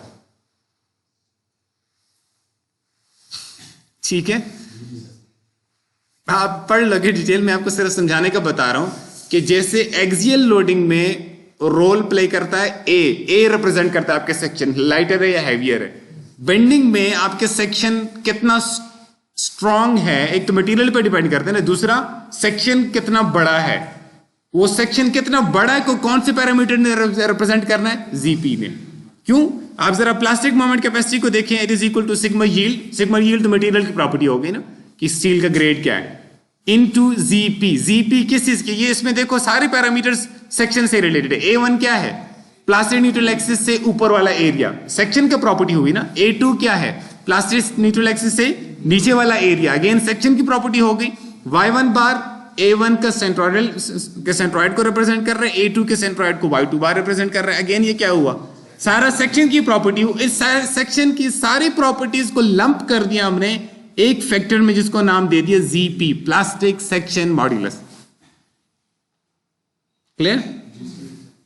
सो प्लास्टिक मोमेंट कैपेसिटी निकालना बड़ा आसान हो गया अगर हमें ग्रेड ऑफ द मटेरियल पता हो कि उसका यील्ड स्ट्रेंथ कितनी है और उसका ZP पता चल जाए सेक्शन का। इसलिए अगर आपके पास वो टेबल्स होंगे ना स्टील डिजाइन के मैनुअल के अंदर, जिसमें लंबे बहुत सारे पैरामीटर्स गिवन होते हैं, उनमें एक पैरामीटर आज आप अपने मैनुअल को जाके देखिएगा, उसमें ZP भी लिखा होगा। ZP लिखा होगा, शायद खाली Z लिखा हो, खाली Z। अगर हम S और Z यूज करें फॉर इलास्टिक और प्लास्टिक, तो फिर हम यानी एक तरीका है मैं इलास्टिक सेक्शन मॉडुलस को बोलूं जीई और प्लास्टिक को बोलूं जीपी। जब हम इलास्टिक को एस बोलते हैं तो फिर प्लास्टिक को सिर्फ जी बोल देते हैं। ठीक है, समझ आ रही ना बात? मुश्किल तो नहीं है। तो आप सर वहां देखिएगा आपको जी कब मिलेगा। इसका मतलब है कि ये बेंडिंग में बीम को अगर बेंडिंग मेंबर को डिजाइन करना है तो उसका जी इंपॉर्टेंट होगा, आपको जी देखना पड़ेगा कि उसका जी कितना है। Anyways, so this is called plastic section modulus और इसका एक्सप्रेशन ये इस पूरे को हमने प्लास्टिक सेक्शन मॉडुलस कहा हुआ है। सो अब एक और चीज सिर्फ इसी की बेस पे, इलास्टिक सेक्शन मॉडुलस हमने पढ़ लिया। इलास्टिक सेक्शन मॉडुलस किस प्रॉपर्टी है? सेक्शन की, क्रॉस सेक्शन की प्रॉपर्टी। प्लास्टिक सेक्शन मॉडुलस पढ़ लिया, वो भी किस की प्रॉपर्टी है? सेक्शन की। अब हम एक टर्म डिफाइन करने जा रहे हैं। अगर अच्छा मैंने कहा था m पहले पहुंचेगा my पे, फिर फर्दर बढ़ेगा my से और अल्टीमेट वैल्यू इसकी होगी mp। यानी इसका मतलब mp सबसे बड़ी वैल्यू है, इससे बड़ी वैल्यू हो ही नहीं सकती सेक्शन की। किसी बिल्डिंग मॉडल की वैल्यू बीम के अंदर इससे बड़ी हो ही नहीं सकती। उस इसी के ऊपर फेलियर को वर्ड नहीं होता। मैं कहता हूं कुल नहीं कोलैप्स नहीं कहता, मैं कहता हूं इसमें ये वो स्टेज आ जाएगा कि उस सेक्शन के सारे फाइबर्स कह देंगे बस इससे ज्यादा हमारा स्ट्रेस लेवल नहीं बढ़ सकता, हम कोई और कंट्रीब्यूशन इसके बाद नहीं कर सकते। इस किसी सेक्शन पे जो मैक्सिमम बेंडिंग मोमेंट जा सकता है वो mp के बराबर जा सकता है। ये बात, this is now better wording. अच्छा, अगर मैं रेशियो लूं इनकी mp ओवर m यील्ड की, तो mp को हमने कैसे लिखा था?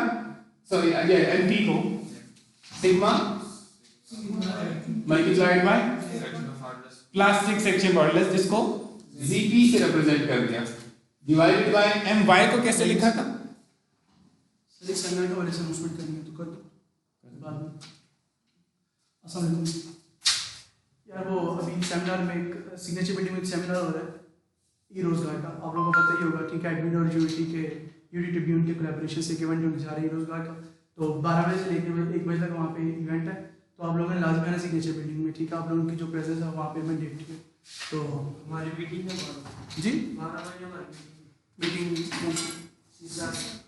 जरूर आओ। ठीक है, जैसे आप मीटिंग से फाइल उसके बाद आ जाइएगा। ठीक है, 12 से 1 बजे तक। चलो, thank you so much. Meeting किससे आपकी? मीटिंग किससे? सीसा हमारे सिविल इंजीनियरिंग की सोसाइटी मुझे नहीं पता। एनीवेज, सो m यील्ड हमने कैसे लिखा था? इसी फॉर्म में अगर लिखना चाहें, सिग्मा यील्ड टाइम्स जी ई, बस यहाँ प्लास्टिक सेक्शन मटेरियल तो प्रॉपर्टी दोनों तरफ वही है, सिग्मा यील्ड। हमने कहा सिग्मा की वैल्यू सिग्मा यील्ड से बढ़ ही नहीं सकती एज पर आवर असम्पशन। तो वो तो मटेरियल का मैक्सिमम ये है Gp for plastic section modulus. आप इसी सिग्मा यील्ड को Gp से मल्टीप्लाई कर दे तो mp बन जाएगा, Ge से कर देंगे तो m यील्ड बन जाएगा। मैं इसे ये लिख सकता हूं, इस रेशियो को हम बोलते हैं shape factor, represented by small f।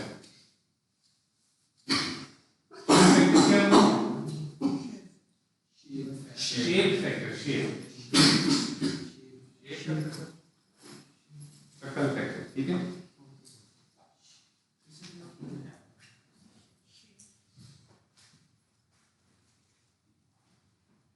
Small f, light आ गई? आती रहती है। अब आपने मुझे रेक्टेंगुलर सेक्शन के लिए शेप फैक्टर फाइंड करना है, जल्दी से।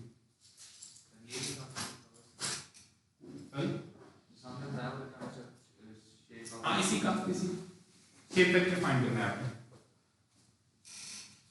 इसका साथ सा मतलब क्या हुआ कि पहले आपको Gp निकालना पड़ेगा, फिर Ge निकालना पड़ेगा, फिर तो रेशियो लेना है। अब आप करें, पहले मेरा ख्याल बेहतर है आप Ge से स्टार्ट करें, पहले Ge कैलकुलेट कर दें। अब आपको Ge को पता होना चाहिए ना। Ge हमने किसको नाम दे दिया था?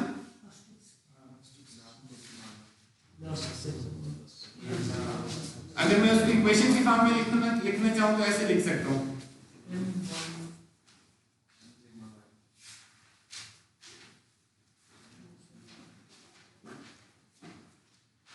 I divided by maximum of y top and y bottom, ऐसे ही है।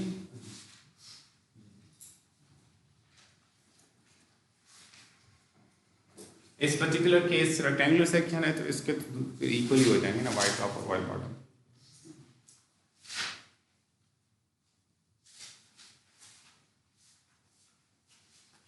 रेक्टेंगुलर सेक्शन का मोमेंट ऑफ इनर्शिया पता है सबको, अबाउट सेंट्रोइडल एक्सिस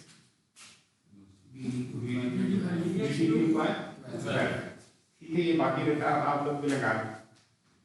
अगर एक रेक्टेंगुलर सेक्शन है, इसका moment of inertia about its own centroidal axis is equal to v times d cube over 12, where v is the dimension parallel to the axis, d is the dimension perpendicular to the axis.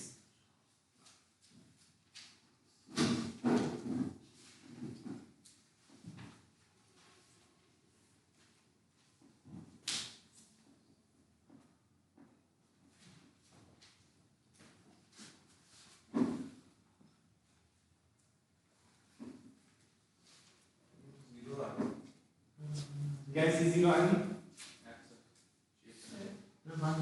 अच्छा zero से पहले तो आपने ये काम नहीं, वो तो बाद की बात है, पहले मुझे जी की वैल्यू बता दो।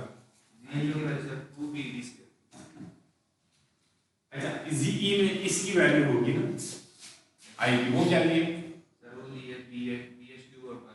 बी एस चलो आपने डी का होगा बी डी क्यूब और 12 बोल दे, और इसकी जगह आपने क्या डिनोमिनेटर में आपके क्या लिख रहे हैं आप,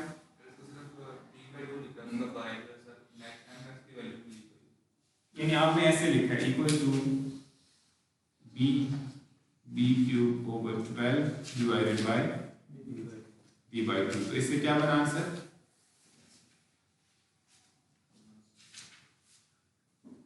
बी स्क्वायर ओवर 6, ओके ठीक है। अब सी पी क्यों सेम आएगा, मैंने ये तो नहीं कहा था कि जिसके दो एक्सिस मीटर उसको जीई और जीपी सेम होंगे, क्या चीज सेम होगी, क्या चीज कोइंसाइड करेंगे, इलास्टिक न्यूट्रल एक्सिस और प्लास्टिक, बस यही कहा था। इसका मतलब है कि आपको प्लास्टिक न्यूट्रल एक्सिस लोकेट करने के लिए कोई कैलकुलेशन की जरूरत नहीं पड़ेगी, बस लेकिन जीपी की एक्सप्रेशन तो कोई और है ना, जीपी तो ये चीज है,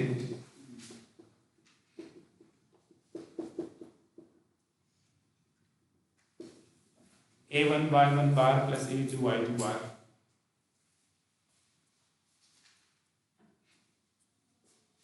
a1 is the area above the plastic neutral axis, a2 is the area below the plastic neutral axis.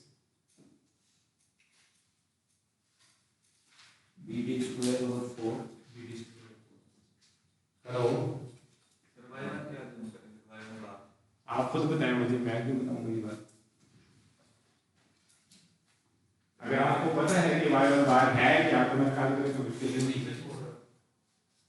चलो मुझे बताओ y1 बार है क्या, न्यूट्रल एक्सिस से जो प्लास्टिक न्यूट्रल एक्सिस से जो डिस्टेंस है ना ऊपर वाले एरिया सेंट्रोइड, ऊपर वाला एरिया ये है d d/2, इसका सेंट्रोइड यहाँ पर, अगर ये d/2 है तो ये क्या होगा, सिंपल।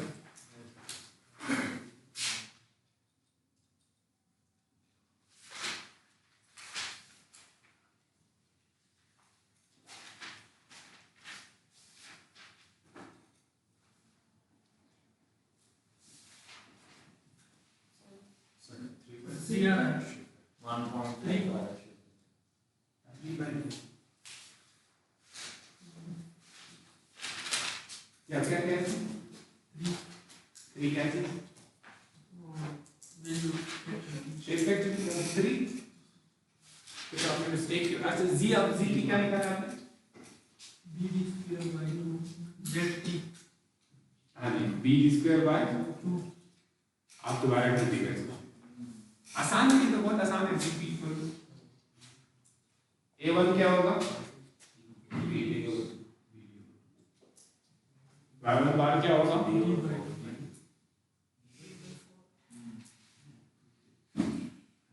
प्लस यहाँ पे भूल लिख सकते हैं। हाँ? ये क्या बन जाएगा अब शेप फैक्टर को सिंपल आपने काम से चलिए d/4 मेरा माइनस 3 आ रहा है।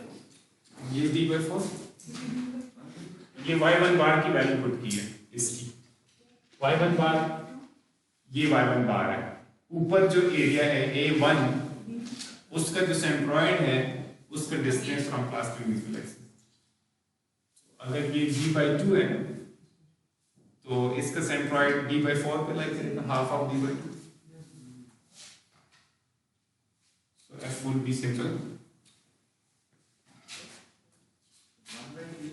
bd square by 6 ये मैंने इसकी value sorry bd square by 4 dp की वैल्यू ये divided by bd square by 6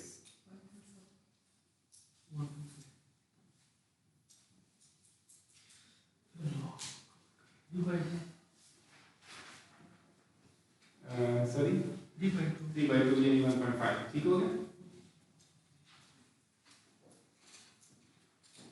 rectangular section का तो बड़ा आसान है अब आप मुझे और सेक्शन का करें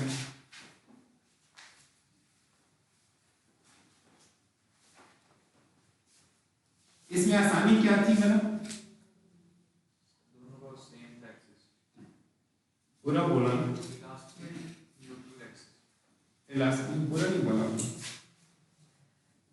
आसानी क्या थी इसमें ना कोई इलास्टिक न्यूट्रल एक्सिस की कोई कैलकुलेशन की जरूरत पड़ी क्योंकि वो देखने से ही पता चल रहा था और ना प्लास्टिक न्यूट्रल एक्सिस की ऐसे ही है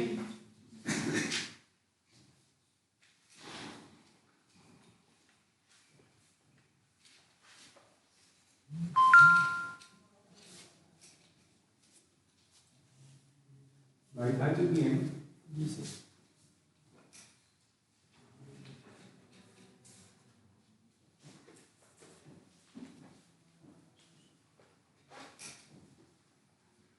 आपको मोमेंट ऑफ इनर्शिया निकालना तो आ चुका होगा वैसे स्पीड में भी थोड़ा बहुत करवाते होंगे ये काम एक दो शेप हाँ एक दो ही शेप वगैरह आता है रेक्टेंगुलर सर्कुलर बस ज्यादातर यही यूज होंगे पैरेलल एक्सिस थ्योरम का भी पता होगा ना पैरेलल एक्सिस थ्योरम का मैकेनिक्स में पर्टिकुलर में आई निकाले थे इसके सेक्शन में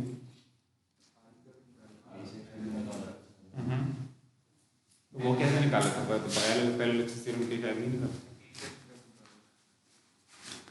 टी का भी निकाले हुए फिर तो आप सारे कुछ आते हैं हो जाता है अच्छा ठीक है भूलने का तो मसला नहीं है वो तो मैं आप रिकॉल करवा लूँगा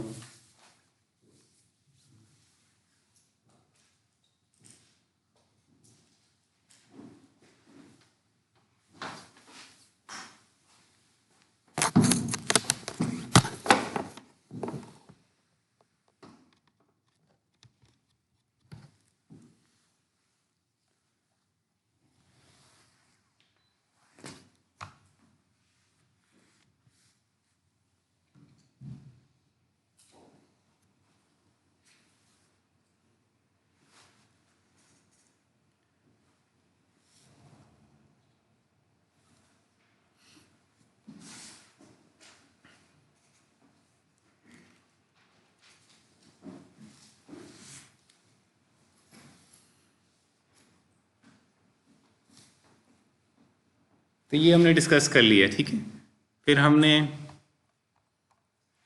कुछ एग्जाम्पल्स भी डिस्कस कर लिए ये भी हमने डिस्कस कर लिया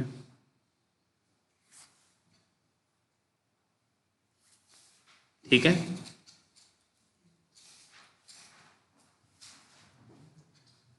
अच्छा इसमें एक इम्पॉर्टेंट चीज़ ये है कि कोई भी रेक्टेंगुलर सेक्शन हो उन सब का शेप फैक्टर यही रहेगा चाहे एक दिस बाय दिस हो दिस बाय दिस, जो मर्जी हो, रेक्टेंगल जब तक रहेगा तब तक उसका शेप फैक्टर 1.5 ही रहेगा, तभी तो इसका नाम शेप फैक्टर है। For all rectangles it is 1.5। Dimensions के भी इंडिपेंडेंट है ये, यानी साइज के इंडिपेंडेंट है, जस्ट शेप फैक्टर है, इसलिए इसका नाम शेप फैक्टर है। तो आपको ये नजर आ रहे हैं, चाहे ये साइज हो, स्क्वायर बन जाए, ये बन जाए, ये बन, जो मर्जी बन जाए, इट विल रिमेन 1.5।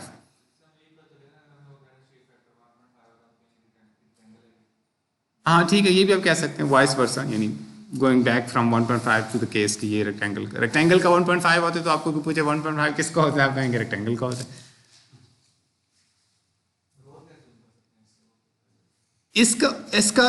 इसका फायदा क्या हुआ, अगर मैं एक रेक्टेंगुलर सेक्शन का वो मोमेंट निकाल सकूं जिस पे उसने यील्ड होना है,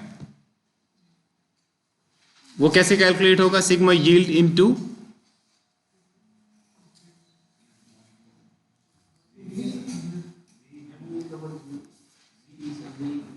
जीई, सिग्मा यील्ड इन, जैसे आप निकालते हैं ना एक्सियल की डायरेक्शन में, अगर आपने कैपेसिटी निकालनी हो तो आप क्या करते हैं, मतलब टेंसाइल में चलने से, वो स्टील में आपने पढ़ लिया होगा, स्टील में तो चलो थोड़ा सा आप और ज्यादा नेट एरिया और फिर फलाना एरिया उसमें चले जाते हैं ना, लेकिन अगर मैं कहूँ कि ऐसी बीम है, ऐसा कोई स्टील सेक्शन है जिसमें कोई सुराख है ही नहीं, वेल्डेड है, और वेल्ड भी जो होता है आपने पढ़े हुए कुछ सारे मेंबर उसके वेल्ड हुए हैं, जिसके बाद वो सारे जो फैक्टर आप निकालते हैं ना, नेट एरिया और फिर इफेक्ट नेट इफेक्टिव एरिया, वो सारा कुछ इक्वल टू ग्रॉस एरिया बन जाते हैं ना। तो जरा आप उस सिचुएशन कंसिडर करें, उसमें आप कैपेसिटी एक्सियल में कैसे निकालते हैं, आप एफ वाई, जिसको रिप्रेजेंटेशन वहां आपकी यील्ड स्ट्रेंथ की वहां आप एफ वाई बोल लेते हैं ना, कैपिटल एफ वाई, और यहाँ हम सिग्मा यील्ड कह रहे हैं, बात तो एक ही है ना। इन इस यील्ड स्ट्रेंथ मल्टीप्लाइड बाय क्या करते हैं आप, क्रॉस सेक्शनल एरिया। ये आप किसके लिए करते हैं, for finding axial tensile capacity. जब आपको कहूं कि बेंडिंग में मुझे कैपेसिटी बताएं, तो पहली बात है कि बेंडिंग में जो कैपेसिटी है उसका आंसर पी की फॉर्म में या एक्सियल की फॉर्म में तो नहीं होगा ना, किलो न्यूटन में तो नहीं होगा, वो सर्टेन मोमेंट होगा, किलो न्यूटन मीटर में होगा। तो जब मैं आपको कहूं कि बेंडिंग एक सेक्शन है, मैं आपको कहूं कि ये सेक्शन आपको गिवन है, इस सेक्शन का आप मुझे बेंडिंग में कैपेसिटी बताएं। यील्डिंग के स्टेज पे कैपेसिटी अगर आपको कैलकुलेट करनी हो तो कैसे करेंगे, वहां आपने एक्सियल के लिए क्या किया था, इसी सिग्मा यील्ड को, इसी यील्ड स्ट्रेंथ एफ वाई को मल्टीप्लाई किया था ग्रॉस सर्टेन एरिया से, क्रॉस सेक्शनल एरिया से। यहां बेंडिंग में आप क्या करेंगे, इसी सिग्मा यील्ड को या एफ वाई को मल्टीप्लाई कर देंगे विद सेक्शन मॉडुलस। ये एम यील्ड चाहिए तो इलास्टिक सेक्शन मॉडुलस से मल्टीप्लाई करते हैं, ठीक है।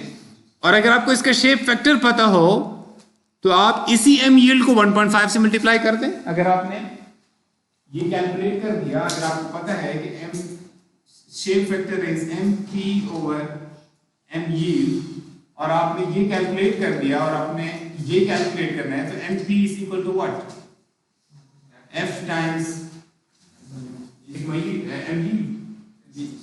या दूसरे अल्फाज में हम आपको बेहतर आप इसी तरह भी लिख सकते हैं, यानी जैसे आपको एक तरीका बता रहा हूं कि इसका मतलब ये बनता है, और इस Zp की जगह पे जैसे हमने इसको डिफाइन ऐसे किया, Zp equal to F equal to Zp over Ze, तो Zp की जगह F टाइम्स Ze लिख दें तो F टाइम्स My बन सकता है। ये फिजिकली स्पीकिंग इसका मतलब क्या है, ये तो आपने Zp over Ze, physically speaking इसका मतलब ये है कि ये अगर आपका सेक्शन रेक्टेंगुलर है तो मसलन वो 30 किलो न्यूटन मीटर पे उसका एक्सट्रीम फाइबर सिर्फ यील्ड होता है, तो जब उसका सारे फाइबर्स यील्डिंग पे पहुंचेंगे उस वक्त आपका उससे 50% मोमेंट और बढ़ेगा। एक्सट्रीम फाइबर यील्ड हो जाए तो उस वक्त मोमेंट क्या होता है, एम यील्ड, उसी को एम यील्ड बोलते हैं ना, कि एक फाइबर भी यील्ड हो जाए एक्सट्रीम वाला, पहले ही वाला, तो आप कहते हैं इस वक्त जो मोमेंट लग रहा है ये एम यील्ड है। यानी at the instant of first extreme fibre yielding आपका मोमेंट एम यील्ड है, और जब आपके सारे ही फाइबर्स बस कह देंगे कि अब हम और स्ट्रेस नहीं बढ़ सकता, जब आपका पूरा सेक्शन प्लास्टिफाई होगा उस वक्त आपका मोमेंट 50% और बढ़ जाएगा compare to the M yield. इसका दूसरे अल्फाज में ये मतलब है कि अगर एक बीम, एक रेक्टेंगुलर बीम अगर यील्ड होना शुरू करता है तो जिस मोमेंट पर वो यील्ड हो जाए पूरे का पूरा सेक्शन कब फारिग होगा, जब 50% और बढ़ जाए उसका मोमेंट जितना एम यील्ड के ऊपर है, दिस इज काइंड ऑफ, आप कह सकते हैं कि यील्डिंग क्या है basically, failure. Yielding is also failure, isn't it? चाहे एक्सट्रीम फाइबर भी यील्ड हो जाए, लेकिन हम इसको कंप्लीट फेलियर नहीं मानते, इसलिए कि ये अभी सारे फाइबर्स, खासतौर से बीम के केस में तो एक ही फाइबर अभी लोकल एक जगह पे यील्डिंग हुई होती है।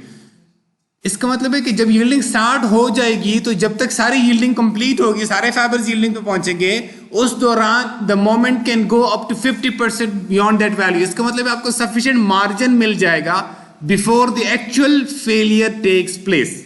वो भी मैं एक्चुअल फेलियर इसी सेक्शन के फेलियर की बात कर रहा हूं, जरूरी नहीं कि फिर भी पूरा बीम कोलैप्स हो। ये मैं आपको अभी थोड़ी देर में एक्सप्लेन कर दूंगा कि मैं क्यों नहीं कह रहा हूं कि कंप्लीट फेलियर ये भी शायद ना हो, ठीक है। So let's have a look at another section जिसका हम शेप, इसका मतलब है shape factor is a very important factor for plastic analysis. यानी प्लास्टिक कैपेसिटी और इलास्टिक, जिसको यील्ड कैपेसिटी में कह रहा हूं, उसमें जो डिफरेंस है, जो फैक्टर है, वो शेप फैक्टर है, और उसका मटेरियल की प्रॉपर्टी से कोई ताल्लुक नहीं है। यही कहा है ना हमने, मटेरियल से कोई ताल्लुक नहीं है उसका, और सेक्शन की डायमेंशन से भी कोई ताल्लुक नहीं है, ओनली डिपेंडेंट अपॉन के उसकी शेप क्या है। इसका मतलब है जितने आई सेक्शन है उन सबका एक ही फैक्टर होगा, सॉरी, अगर उनकी डायमेंशंस की रेशो भी वही रहे, क्योंकि उसमें 3 रेक्टेंगल्स बन जाते हैं ना आई शेप में, 2 ऊपर और एक बीच वाला वेब। तो मैं ये बात वापस ले रहा हूं, ठीक है। अगर वो सारे एक जैसे ग्रो करें बाय ऑल प्रोपोर्शंस तो फिर तो शेप फैक्टर वही रह जाएगा, लेकिन अगर नहीं करेंगे then they can have different shape factor, but लेकिन आप एक रेंज, अभी आपको आइडिया हो जाएगा कि उसकी रेंज क्या है उस शेप फैक्टर की।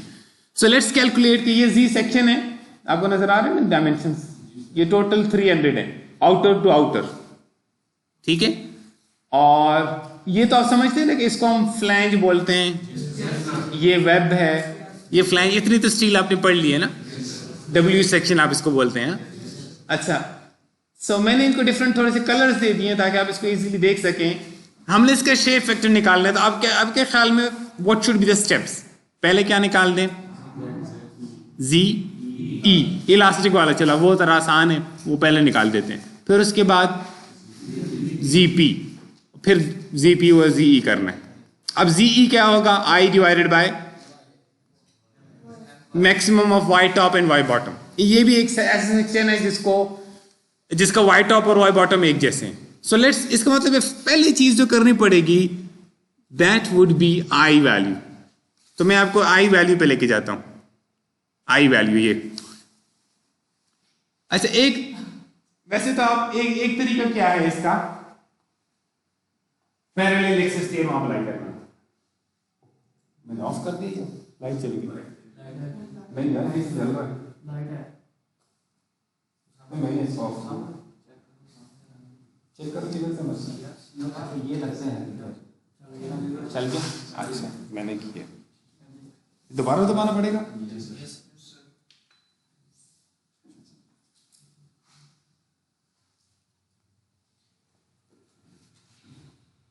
ये जो अभी मोमेंट ऑफ इनर्शिया वाला पढ़ा रहा हूँ ना, अभी जो मोमेंट ऑफ इनर्शिया सेंट्रॉइड, ये सिर्फ अभी भी यही है, अभी अगले दिन सेमेस्टर में जो पढ़ लिया स्ट्रक्चरल मैकेनिक्स कोर्स का नाम, स्ट्रक्चरल मैकेनिक्स, उसके अंदर तकरीबन आप कह लें कि 25% या 30% जो कोर्स है वो यही फाइंड करना है, मोमेंट ऑफ इनर्शिया के कारण, मोमेंट ऑफ इनर्शिया की बहुत सारे कैलकुलेशन जो अभी आज पढ़ रहे हैं। ये आपको आगे अगले वाला कोर्स है उसमें बहुत फ्रीक्वेंटली करना पड़ेगा। इसको अभी जैसे सीख लो, ऐसे करंटली भी आपको जरूरत है, लेकिन उसके अंदर भी आपको जरूरत पड़ेगी। अच्छा, वैसे मेरा नहीं ख्याल कि यहाँ से कोई नजर आता होगा, आता है? उमैर नजर आ रहा है? अच्छा, थोड़ा सा इधर होना पड़ता है पहले। अगर आप इजी हैं तो बैठे रहे, वरना फिर मूव करना चाहे तो मूव कर सकते हैं। अच्छा, यहाँ पे मैं आपको जरा इसका बता देता हूँ कि यहाँ ये कैसे कैलकुलेट हुआ, लेकिन मैं आपको दूसरे तरीके से भी बताऊंगा, क्योंकि मेरा ख्याल है कि वो तरीका ज़्यादा जेनेरिक मेथड है। अगर एक रेक्टेंगल गिवन हो, अगर ये तो एक आई सेक्शन है ना, आई सेक्शन इस तरह से,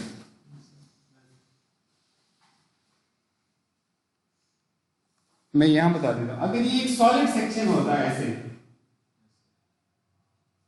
तो इस एक्सिस के अबाउट, अच्छा इससे भी पहले वैसे एक स्टेप करना पड़ना था जो कि हमें इस वक्त करना नहीं पड़ रहा, मोमेंट ऑफ इनर्शिया से पहले। क्या बता सकते हैं?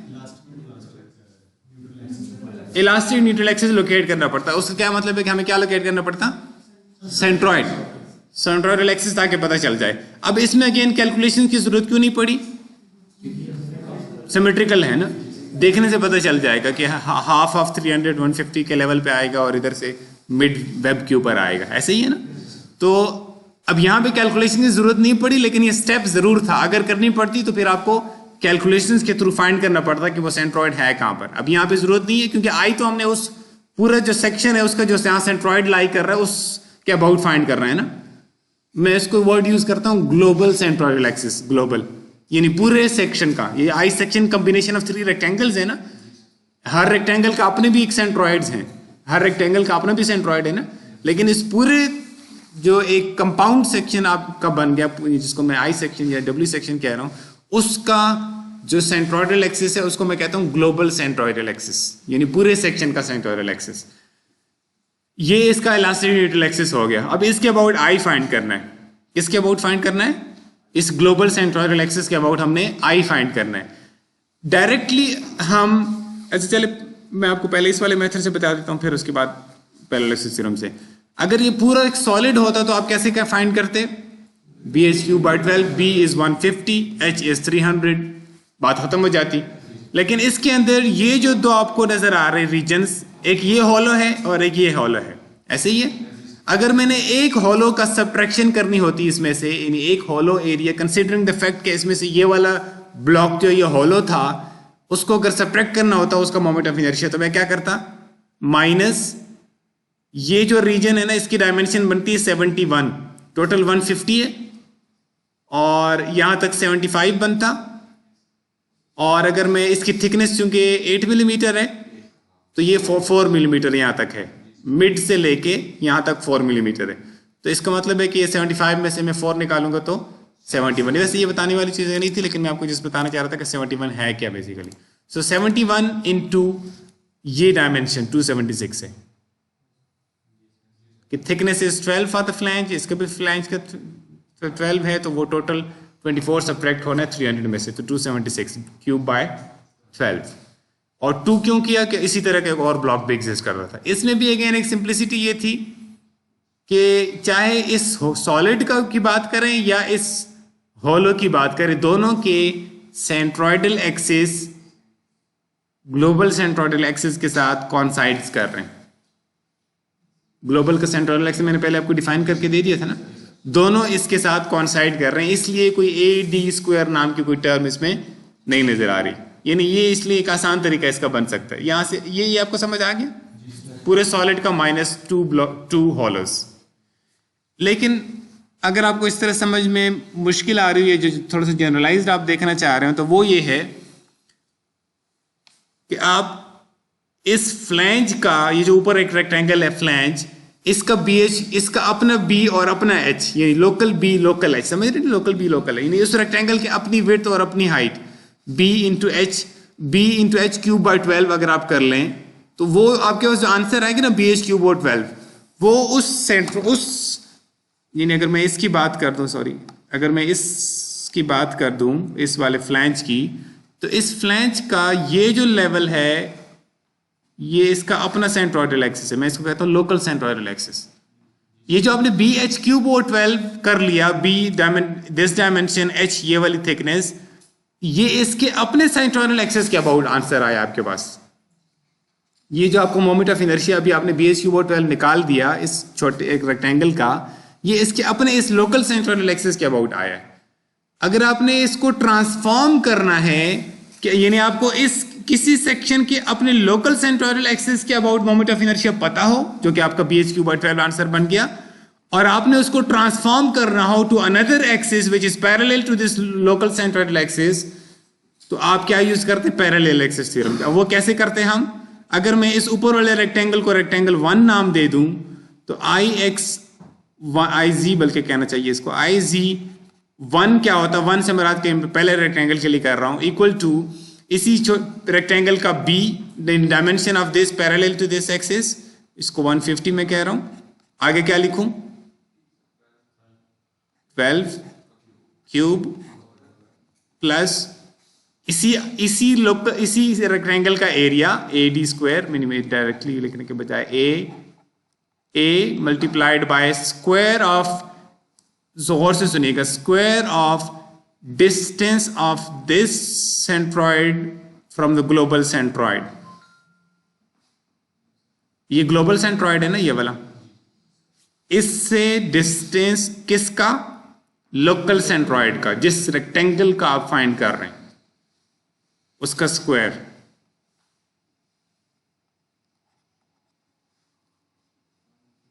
ठीक है, क्लियर हो गया? तो अब हम इसको एरिया, इसका अगर अब मैं वैल्यू पुट करता तो एरिया की जगह लिखता 150 × 12 और डी की जगह क्या लिखता? Yes, 150 - 6। Is this clear to everybody? ये डिस्टेंस यहां से लेके 150 है, तो मैंने इसमें से ये सबट्रैक्ट किया, ये कितना होगा? Half of 12 which is 6। So 150 - 6 is 144 square. इस तरह से आप निकाल सकते थे। Clear? So this answer would have been, जो भी एक आंसर आ जाता।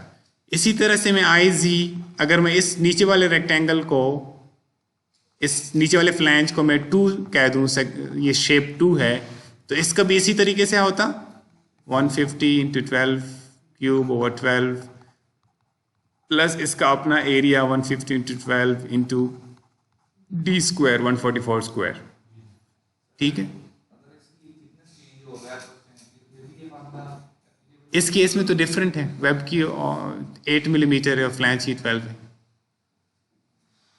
हाँ, दोनों फ्लैंजेस के अगर डिफरेंट हो तो फिर आप करस्पॉन्डिंग वैल्यूज पुट करेंगे, यहाँ 144 के बजाय जो भी वैल्यू बनती है वो पुट करेंगे। अब यहाँ पे सेम है, इसका भी 12 मिलीमीटर थिकनेस है, उसकी भी, तो इसलिए एक और IZ आ रहा होता है इसमें। थर्ड रेक्टेंगल कौन सी बन जाती? वेब, और वेब भी यहां से लेके ये वाला वेब। ठीक है, एक्सक्लूडिंग द फ्लैंज रीजन, क्योंकि वो एक दफा कंसिडर हो चुका है। तो इसका कैसे करते? इसका बी क्या होता? इसका बी सब केसेस में हम ये वाले इसकी लाइन के पैरेलल, यानी इस लाइन के पैरेलल जो डायमेंशन है उसी को बी मान रहे हैं ना। बी की डेफिनेशन ही यही है, जो BS3 आप पढ़ते हैं ना, जो जिस एक्सिस के अबाउट आप फाइंड कर रहे हैं उसके पैरेलल वाले डायमेंशन। तो इस केस में वो कौन सा है? बी वेब के लिए 8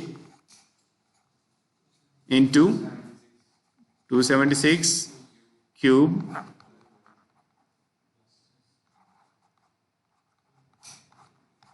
ठीक है, इसका एरिया हो गया। आगे क्या लिखूं? सॉरी 276 क्यों लिखूं? 276 मैंने लिखना क्या है बेसिकली यहाँ पे? जनरली वैल्यू नहीं बताओ, generally what do I need to write? नहीं, मुझे वैल्यू नहीं बताओ, मैंने लिखना क्या था? Distance of the local centroid with respect to global centroid, और वो इस पर्टिकुलर केस में इसलिए 0 है कि वो दोनों सेंट्रॉइड्स लोकल और ग्लोबल कॉन्साइड कर रहे हैं, तो ये 0 है, इस वजह से ये टर्म 0 हो गई। ठीक है, सो आपके पास सिर्फ यही टर्म रह जाएगी।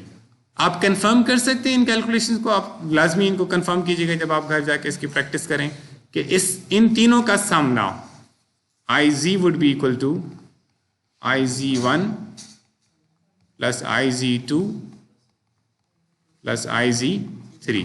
ठीक है, ये आपकी रिवीजन हो गई है। वैसे मुझे पता था आपने पढ़ा हुआ, इसलिए मैं ज़रा जल्दी से इसमें गो थ्रू मैंने कर दिया, बट आई होप कि आपकी रिवीजन हो गई है।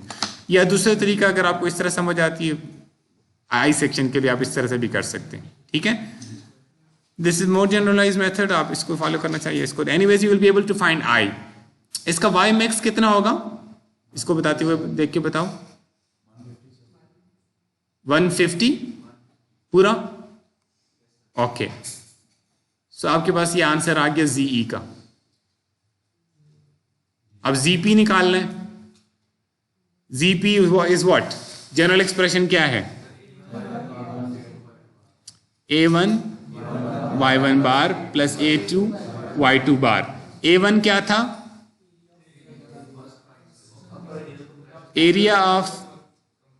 Area above plastic neutral axis, और A2 क्या है, area below plastic neutral axis, और Y1 बार क्या था,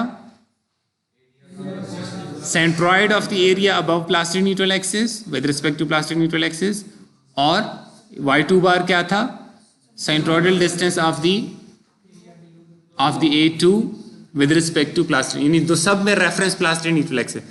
अच्छा, जब हम कहते हैं ना A1 into Y1 bar plus A2 into Y2 बार, इसको हम आपने एक टर्म पढ़ी होगी first moment of area, second moment of area तो जब अभी फाइंड आई जिसको बोलते हैं वो है ना। First moment of area simply क्या है, एरिया इंटू इस distance from a certain axis, ऐसे ही है ना।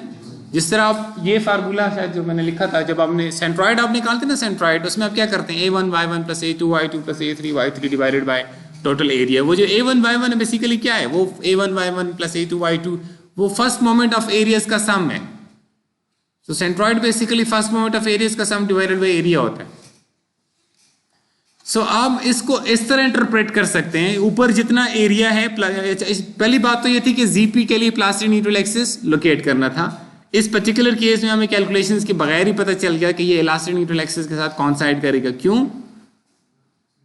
सिमेट्री की वजह से, यही जिस बाई एक्सियल सिमेट्रिकल है ये।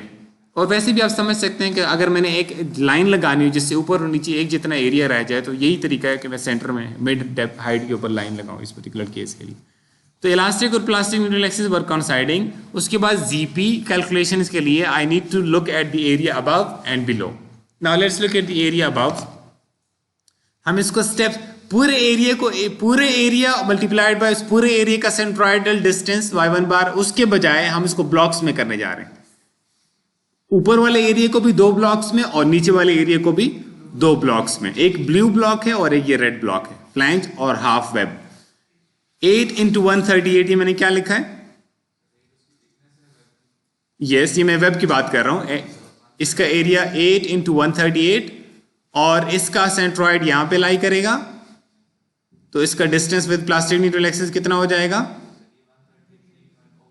138/2 हो जाएगा, हाफ ऑफ 138। तो ये मैंने हाफ वेब जो है उसके लिए कर दिया। और आगे फ्लैंज का एरिया 115/12 और उसका सेंट्रॉइड यहां लाई करेगा इस लेवल पे, तो उसका डिस्टेंस कितना होगा 144। मैं रेफरेंस कहां से ले रहा हूं, नो ग्लोबल का वर्ड मैंने यूज नहीं किया। ये प्लास्टिक सेक्शन मॉडुलस फाइंड हो रहा है प्लास्टिक न्यूट्रल एक्सिस से, बाई चांस वो कंसाइड कर रहा है इलास्टिक न्यूट्रल एक्सिस जो कि ग्लोबल सेंट्रल एक्सिस होता है। ठीक हो गया। सो 144 ये मैंने अपर फ्लैंज को कंसिडर कर लिया। ये मैं अभी तक एक पार्ट पे पहुंचा हूं, A1 Y1 बार मैंने कंप्लीट किया। नीचे वाले एरिया के लिए भी मैंने यही प्रोसेस करना था, तो अगेन सिमेट्री की वजह से you will get the same answers, lower half of the web and the lower flange. Clear? So from there you get the answer. Shouldn't be no problem. So अब आपको ZP भी पता चल चुका है, ZE भी पता चल चुका है। Now just a ratio, it is 1.13. So this is the shape factor for this section, this I shape. ठीक हो गया? रेक्टेंगल का कितना था 1.5, वो ऊपर ज्यादा था ना। अब आपको सबसे जो ज़्यादा इन्वॉल्व हो सकता है, यानी ज़्यादा आपको कैलकुलेशन जिसमें इलास्टिक और प्लास्टिक कॉन्साइड नहीं करने जा रहे हैं, उसको भी मैं आपको बता देता हूँ, फिर बाद में आप कहेंगे एग्जाम में तो आपने मुश्किल वाला दे दिए हैं। सो this is a T section जिसकी वेब की थिकनेस 7 मिलीमीटर है और फ्लैंज की थिकनेस 10 मिलीमीटर है, और बाकी ये यहाँ से लेके आउटर टू आउटर 200 मिलीमीटर है।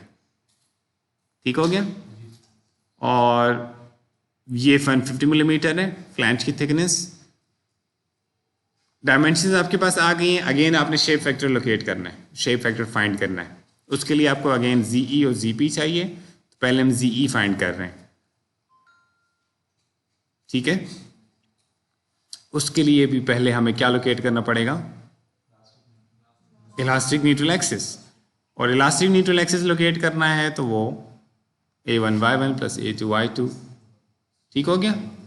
अगर मैं ये कैलकुलेशन टॉप से करूं, यानी मैं रेफरेंस सेंट्रॉइड को लोकेट करने के लिए टॉप वाली जो एज है इसको रेफरेंस ले लूं, इसको उससे जहां पर भी वो लाई करे उसको YE बोल दूं, इलास्टिक न्यूट्रल एक्सिस की लोकेशन, जिसको मैंने G से पॉइंट G से रिप्रेजेंट किया हुआ है। सो वो कैसे करूंगा, सॉरी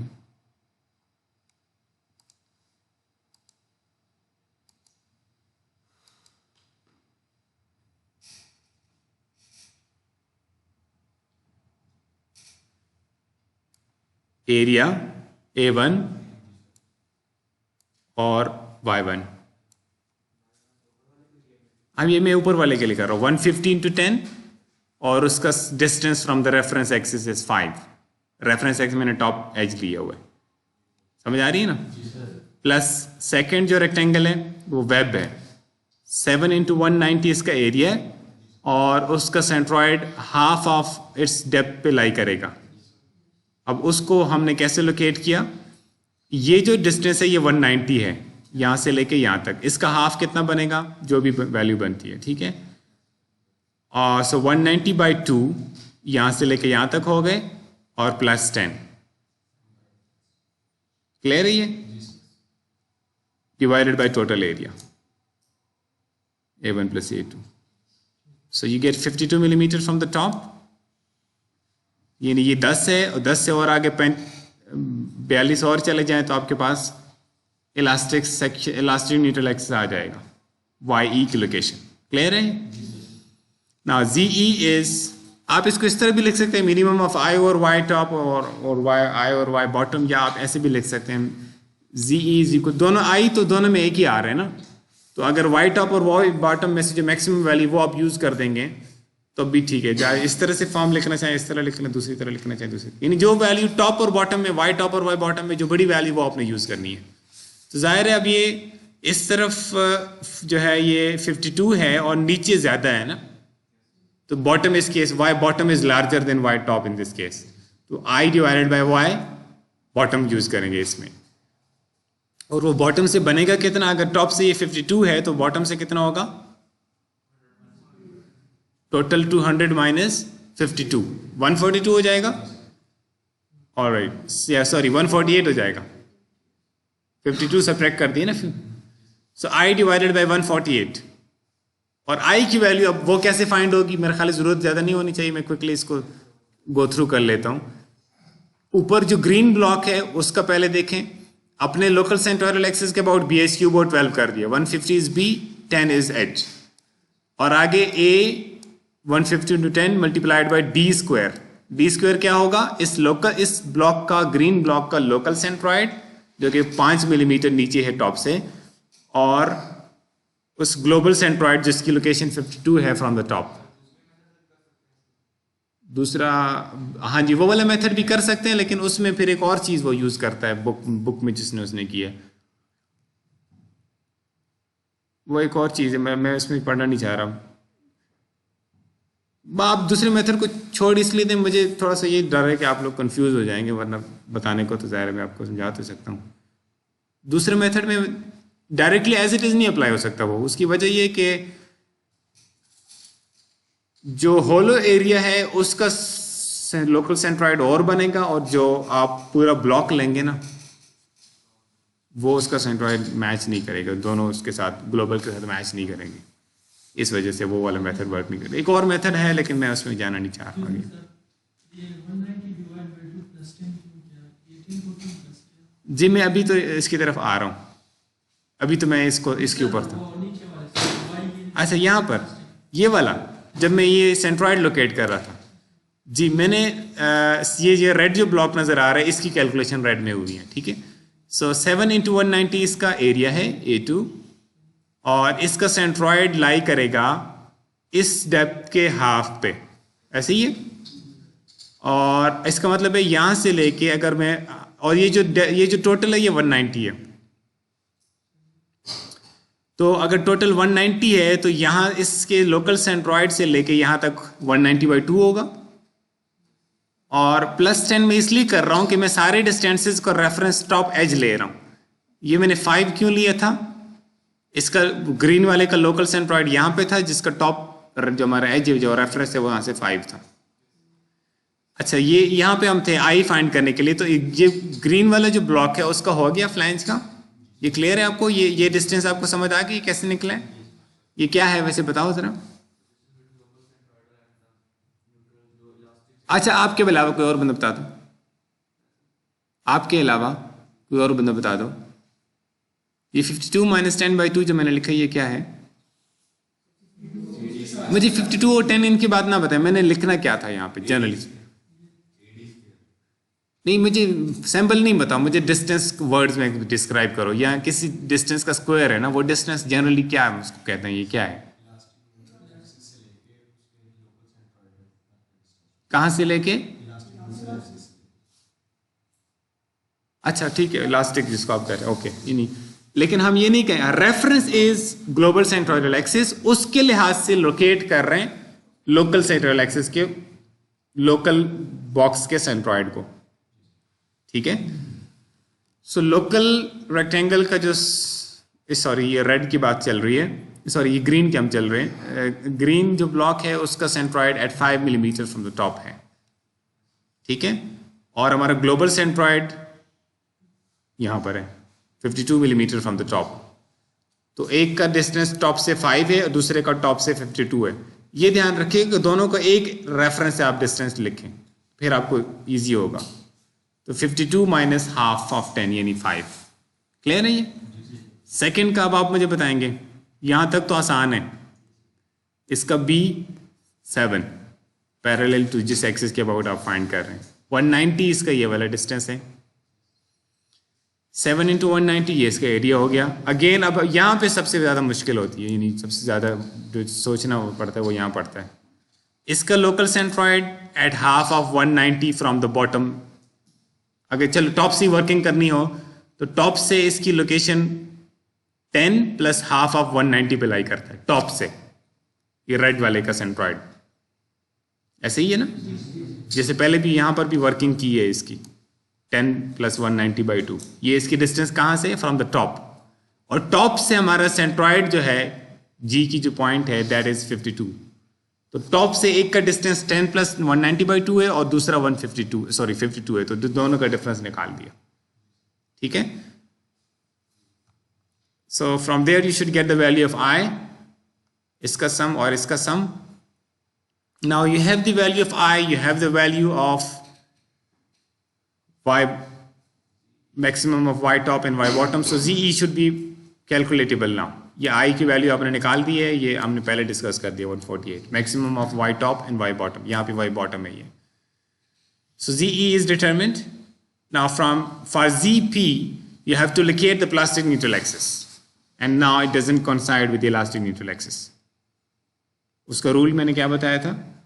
A1 = A2, यानी प्लास्टिक न्यूट्रल एक्सिस से ऊपर जितना एरिया है वो बराबर होगा उस एरिया के जो नीचे लाई करता है।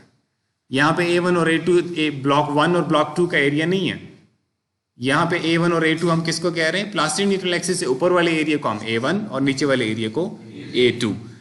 अब आप अंदाजा लगाएं, वैसे अगर मैं आपको ये बता दूं कि फ्लैंज का जो एरिया है, और आप खुद कैलकुलेट कर सकते हैं कि फ्लैंज का इंडिविजुअल एरिया और जो वेब है, यानी जो ब्लू और ग्रीन आपको ब्लॉक्स नजर आ रहे हैं या आप ऊपर जो फ्लैंज नजर आ रहा है वो, और जो वेब प्रोजेक्ट कर रहा है नीचे, उन दोनों में से आपका अगर आप कैलकुलेट कर दें, मैं चलो आपके सामने कर रहा हूं, ये फ्लैंज का एरिया है 150/10 यानी 1500 मिलीमीटर स्क्वायर, और वेब का एरिया है 7 × 190 1330 मिलीमीटर स्क्वायर। अब फ्लैंज का एरिया बड़ा है ना, वेब का छोटा है।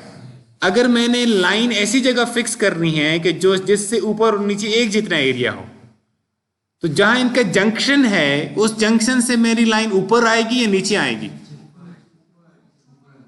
ऊपर आएगी ना। आप जरा देखिए यहां पे, अगर मैं बिल्कुल जंक्शन वाली जो लाइन है वहां पे करता, लाइन लगाता मिसाल के तौर पे, तो मेरा ऊपर वाला एरिया ज्यादा होता, नीचे वाला एरिया कम होता। इसका मतलब है मैं फ्लैंज के अंदर थोड़ा सा ऊपर आऊंगा तो फिर मेरा ऊपर वाला एरिया और नीचे वाला एरिया बराबर हो जाएंगे।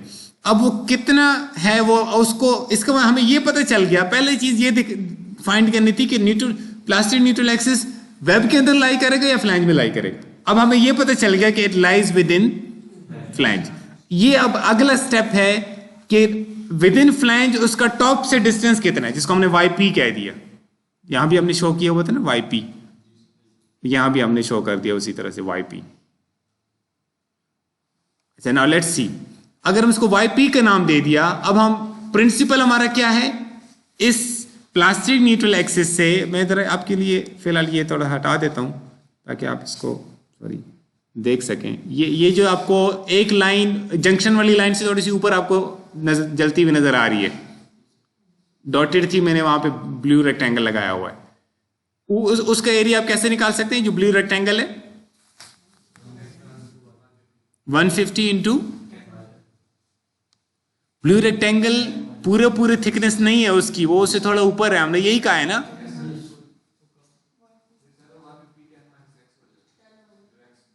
एक्स तो इसमें है ही नहीं,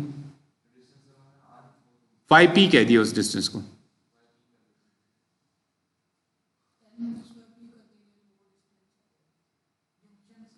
मैं ये कह रहा हूं कि जो ब्लू रेक्टेंगल है उसका टॉप वाला एज उसके साथ कॉन्साइड कर रहा है, फ्लैंज के टॉप के साथ।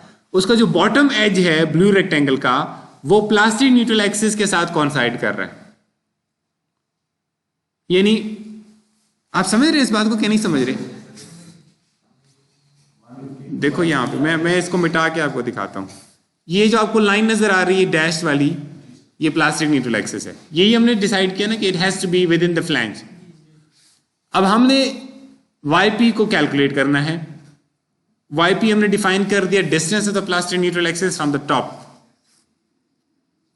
अब हमने, हमारी इक्वेशन क्या है कि इस प्लास्टिक न्यूट्रल एक्सिस से ऊपर जितना एरिया है ये, और इससे जितना नीचे एरिया है ये इक्वल है। इस रूल से हमारा YP फाइंड होगा।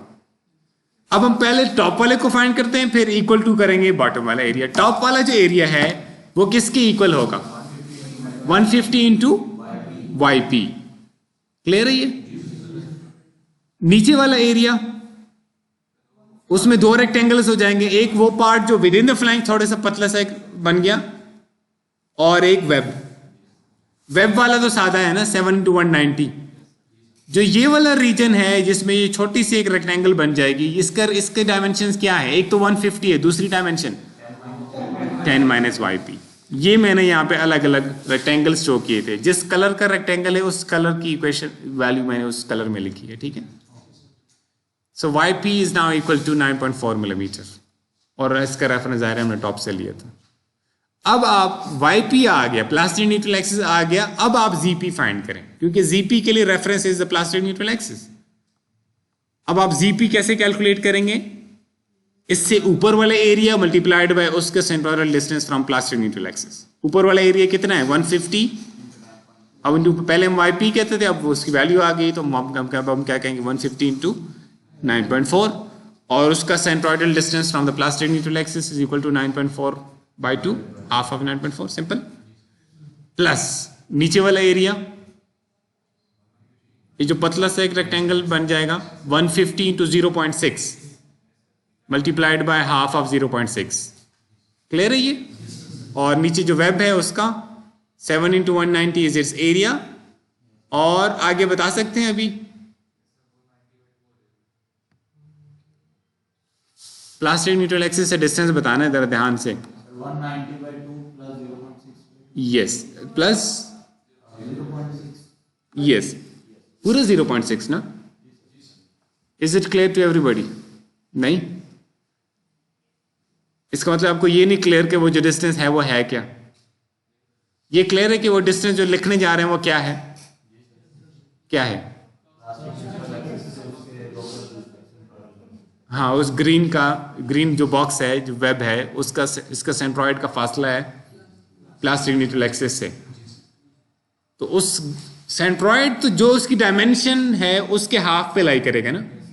तो उसके अगर 190 है तो उसका हाफ वैसे कितना बनता होता है 85। तो ये 85 प्लस जो ऊपर तक डिस्टेंस है वो प्लस कितना है 0.6।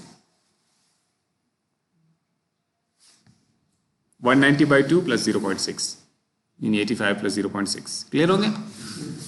ओके, अब ये ZP आपके पास आ गया। अब ZP आ गया, ZE पहले आ चुका था। सो shape factor would be easy now, 1.79 आ गया। ठीक हो गया?